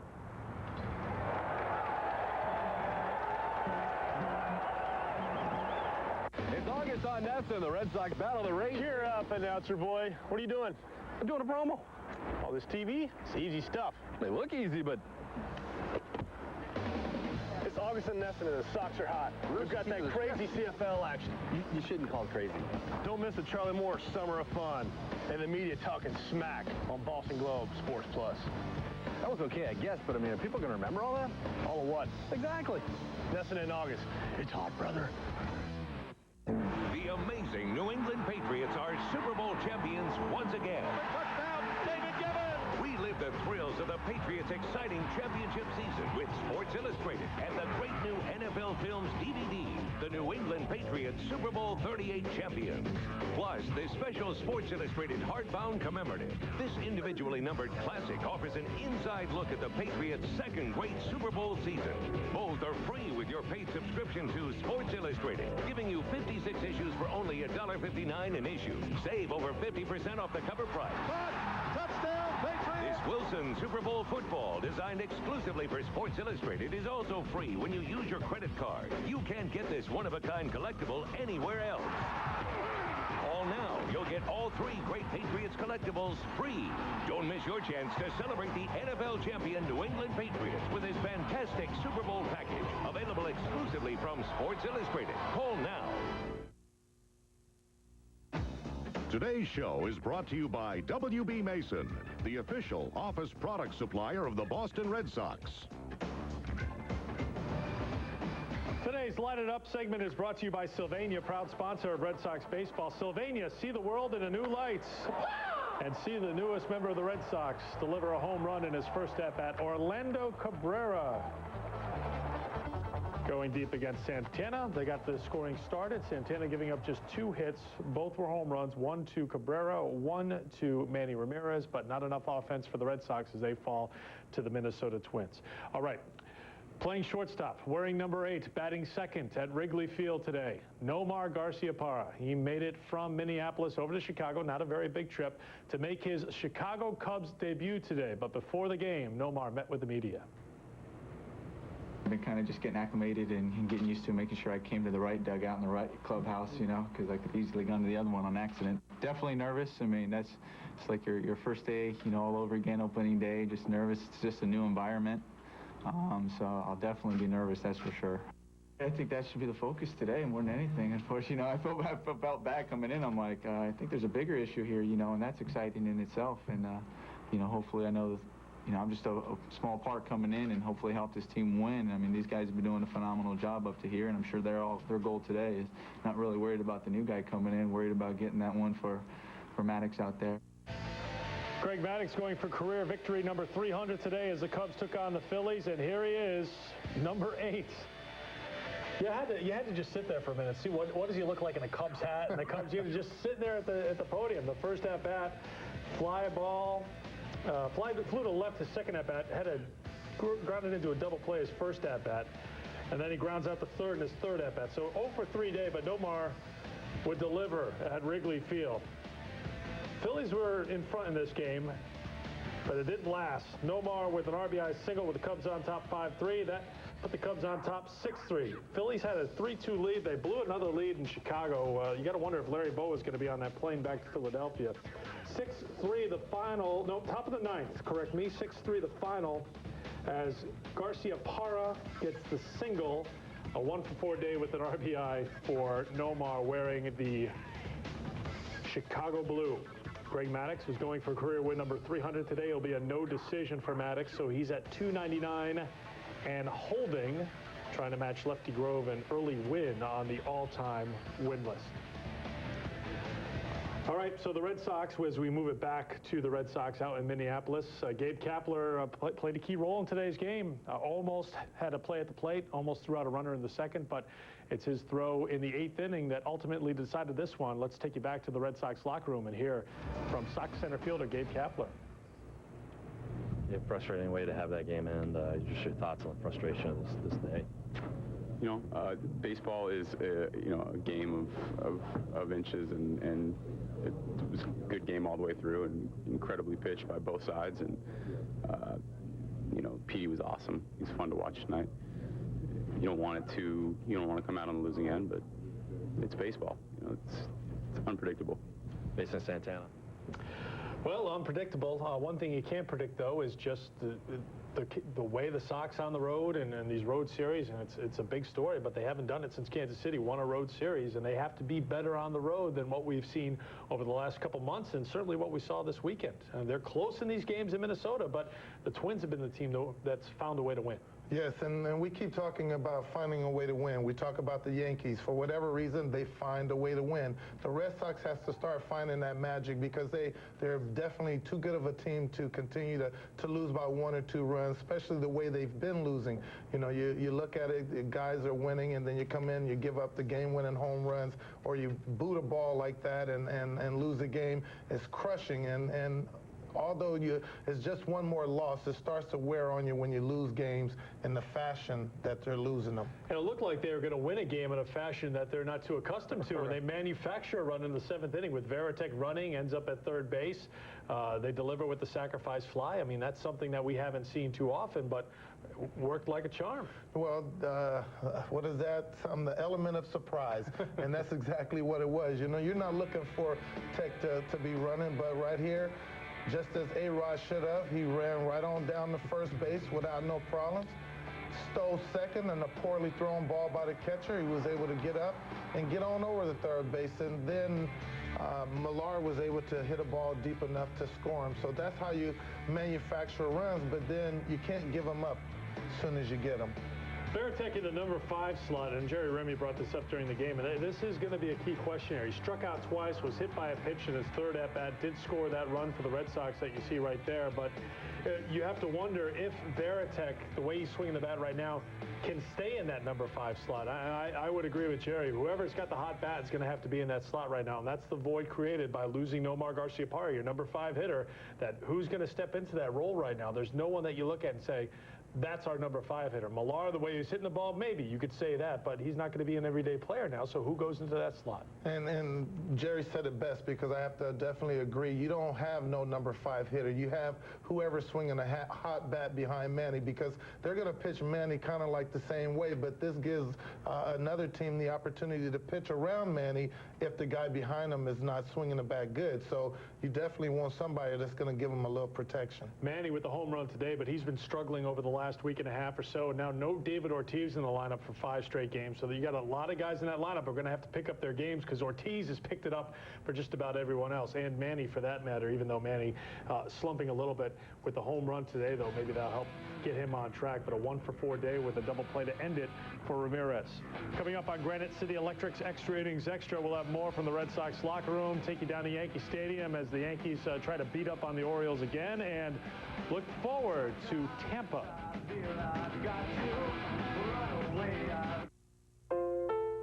I'm Joe Morgan. A few months ago, I told you about Little League Baseball's Urban Initiative program. I spoke of how this initiative would transform empty lots into fields of dreams, where children in disadvantaged areas would be able to experience the joy of playing baseball. Well, here's one of our dreams come true. I'm proud to be one of the spokesmen for Little League Baseball's Urban Initiative. We built it, and we'll build a whole lot more.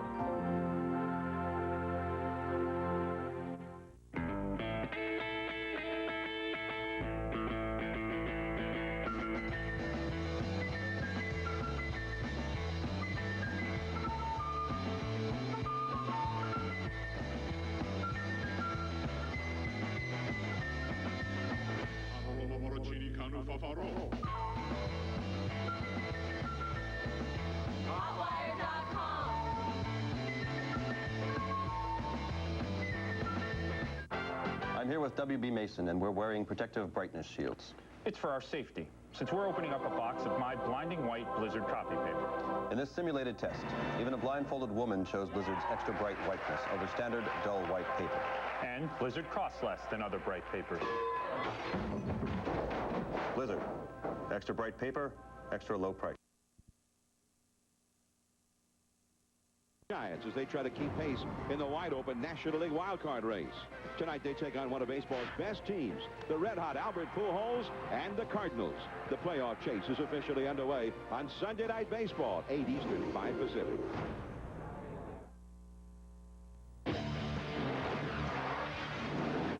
Ahead on baseball tonight. History on the line at Wrigley. Maddox shoots for his milestone 300th win. A new number 8 in Chicago as Nomar makes his debut. In a major Minnesota mound matchup, Pedro duels with Johan Santana. Al Reynolds and John Kruk do Disney World. Right through the upright. All that, the best defense of the day in the Web Gems, and we'll touch them all on baseball tonight from Disney MGM Studios now.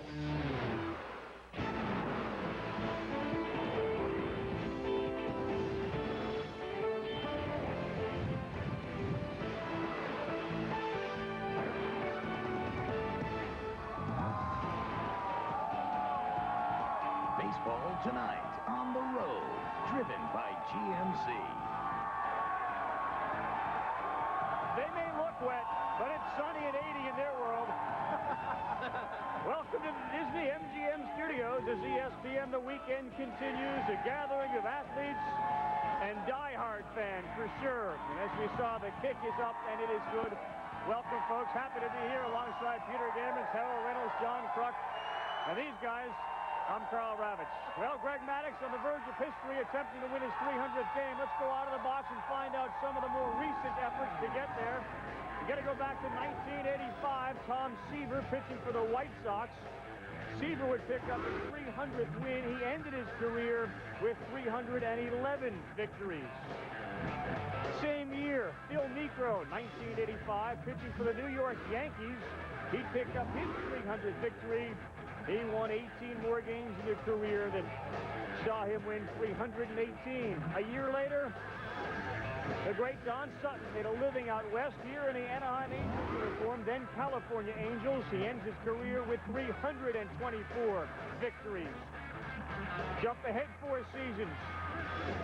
Nolan Ryan and the Express picked up his 300 while pitching for the Rangers. He, like Sutton, ends his career with 324 wins. Go through the 90s to 2003, and it was the Rocket. He picked up 300 last year while pitching for the New York Yankees, and he continues to go on his merry way. 322 wins and counting. So it happened last year, thanks to Clemens. It will happen again this year, thanks to Greg Maddux. And then it might not happen again for, another 20, maybe even 30 years.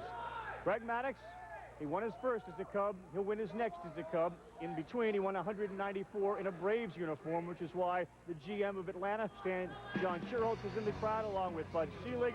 Even Stan Kasten, who used to be the president of the Braves there, to celebrate what should be a milestone for Maddux, but it didn't start out good for him.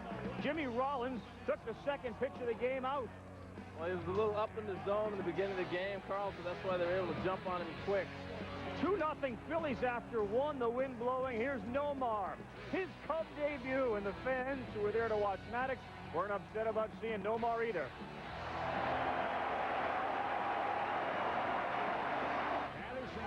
With Corey Patterson on first, Nomar hit it hard, but it was on the ground to third, a 5-4-3 double play.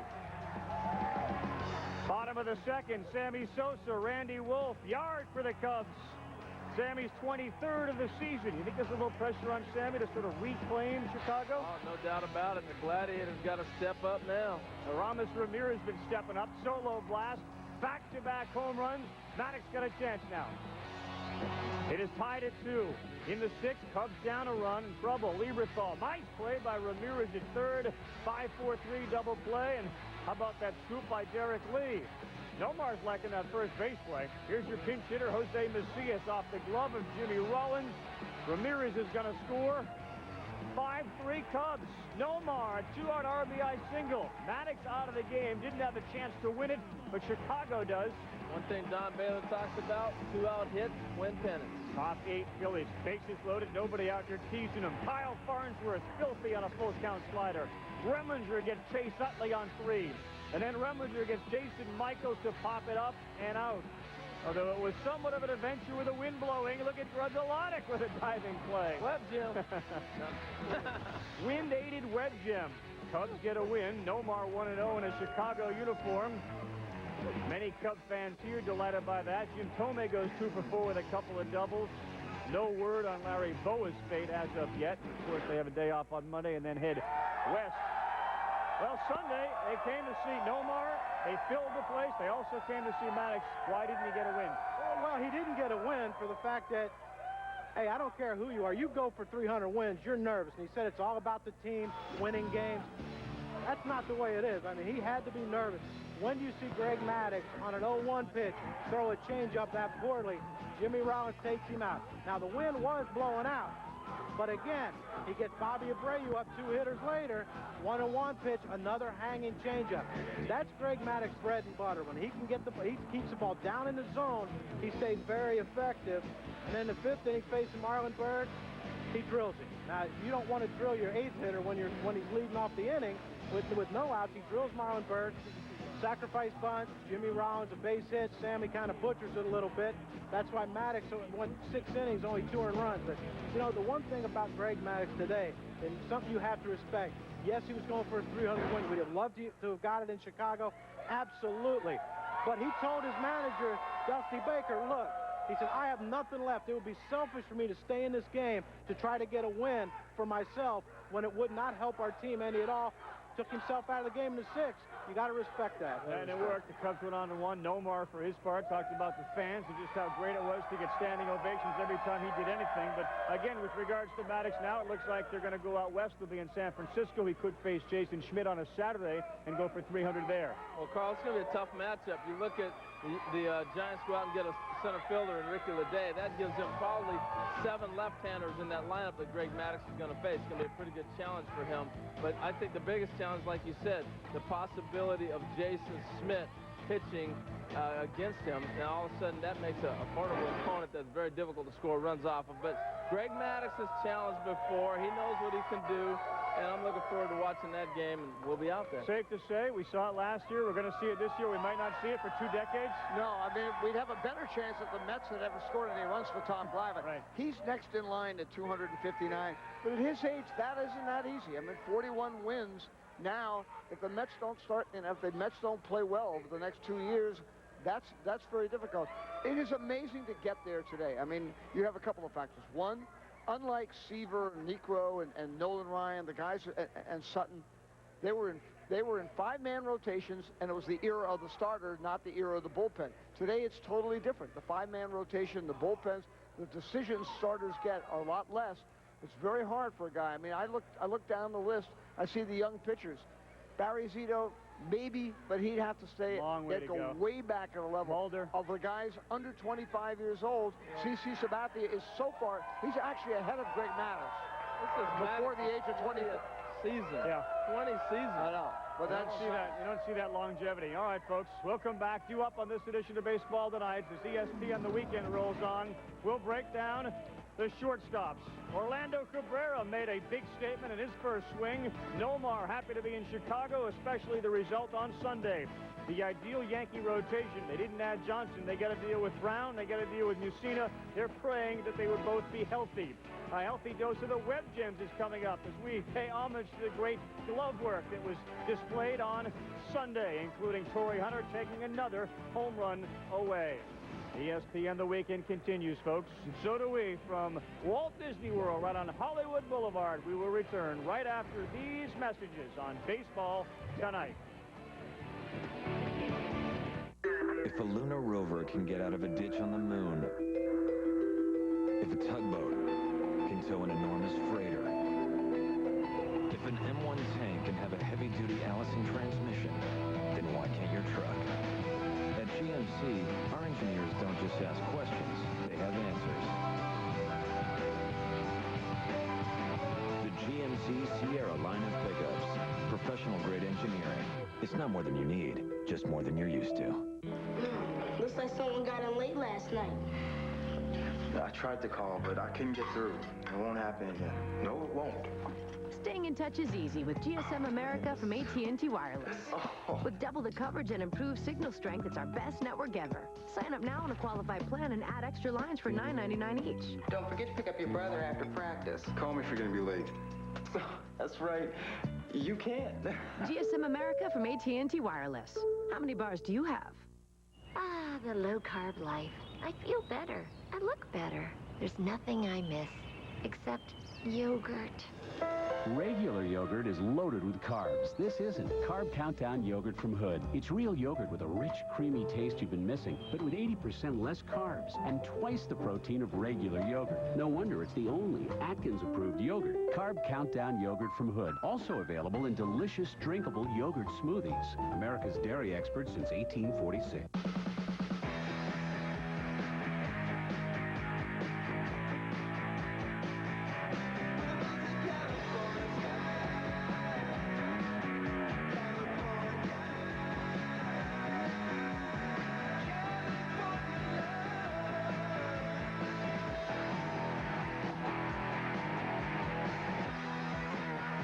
Games 10, live, Thursday through Saturday at 9 on ESPN. Baseball Tonight on the road is driven by GMC. We are professional grade. And in part by AT&T Wireless. Experience GSM America. It's our best network ever.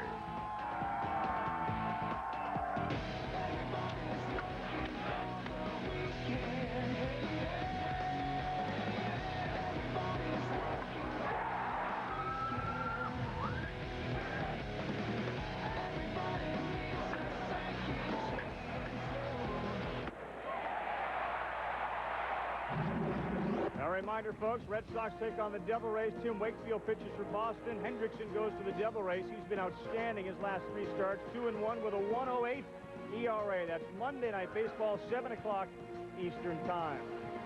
See how the series is played out. Red Sox and Twins. Boston's bullpen blew it on Saturday. Here's your Sunday effort. Orlando Cabrera, his Red Sox debut. And, boy, Cabrera goes yard in a scoreless game in his first at-bat as a Red Sox player. The first Red Sox player, by the way, to homer in his first plate appearance since Curtis Pry did it in 1997. David McCarty, deep center field. Torrey Hunter brings it back in. Better safe than sorry. They give a Web Gem nominee on that. Questionable. McCarty, a little revenge, takes a line drive away from Torrey Hunter, and then he blows a bubble. Multitasking of baseball players with the bubbles is unbelievable. 6th inning, Pedro. Jock Jones with 1 on. They got him fishing. And then he gets Corey Koski. Pedro leads the go-ahead run at 3rd. Matched by Johan Santana. Top 8, down a run. Good job to get Gabe Kapler. Johnny Damon, 12 Ks for Santana. 8 innings, 2 hits, and 2 earned. Damon DH'd in this game. Justin Morneau, right center field. Gabe Kapler giving chase. He got it. He turns and fires it in. Guzman would tag and score. Ball got away from Cabrera. Another run scores. 2 runs on a sac fly. He didn't throw the ball to the cutoff man, just flung it towards first base. He turned and fired. They gave the error to Cabrera. Wow, tough error. That ball's cutting all the way across the outfielder's error. So you didn't agree with that? Nobody on the set agreed with that error. No. Twins win it by a score of 4-3. Minnesota has won 11 of 13, and the Twins, for the second straight game, beat the Red Sox with an 8th-inning rally against their bullpen. The bullpen numbers relative to last year for Boston are much better. They had to be better. But as far as this game goes, the starters did their job. Well, they did, and both starters pitch outstanding today, and we start with Pedro Martinez. You know, here's a guy who, when he can get that fastball elevated in the zone to go with that changeup breaking ball, he can be tough. Here you see him striking out Justin Morneau with that high fastball, and he gets Torrey Hunter in the second inning with that high fastball. Key pitch for Pedro. Keep the ball up in the zone with that heater, but Johan Santana was trying to match him pitch for pitch. There he gets Bill Miller with the heater, and then Gabe Kapler with that just unbelievable, devastating changeup. And then, like you said, Carl, the 8th inning starts. The Twins get first and second. Alan Embry, what's he do? He doesn't pay any attention to the base runners. They steal the base, put the tying run on third base with no outs. Makes the job easy for Justin Morneau, who hits a fly ball to center field. And here's the thing that I have a problem with Gabe Kapler. There's no need to rush to throw in. The guy from second is not going to score. Take your time, make a good throw to the cutoff man, and the play's over. But again, the Red Sox, if they want to win this wild card and get into the postseason, fundamentally they have to tighten things up, because right now they're just pitiful.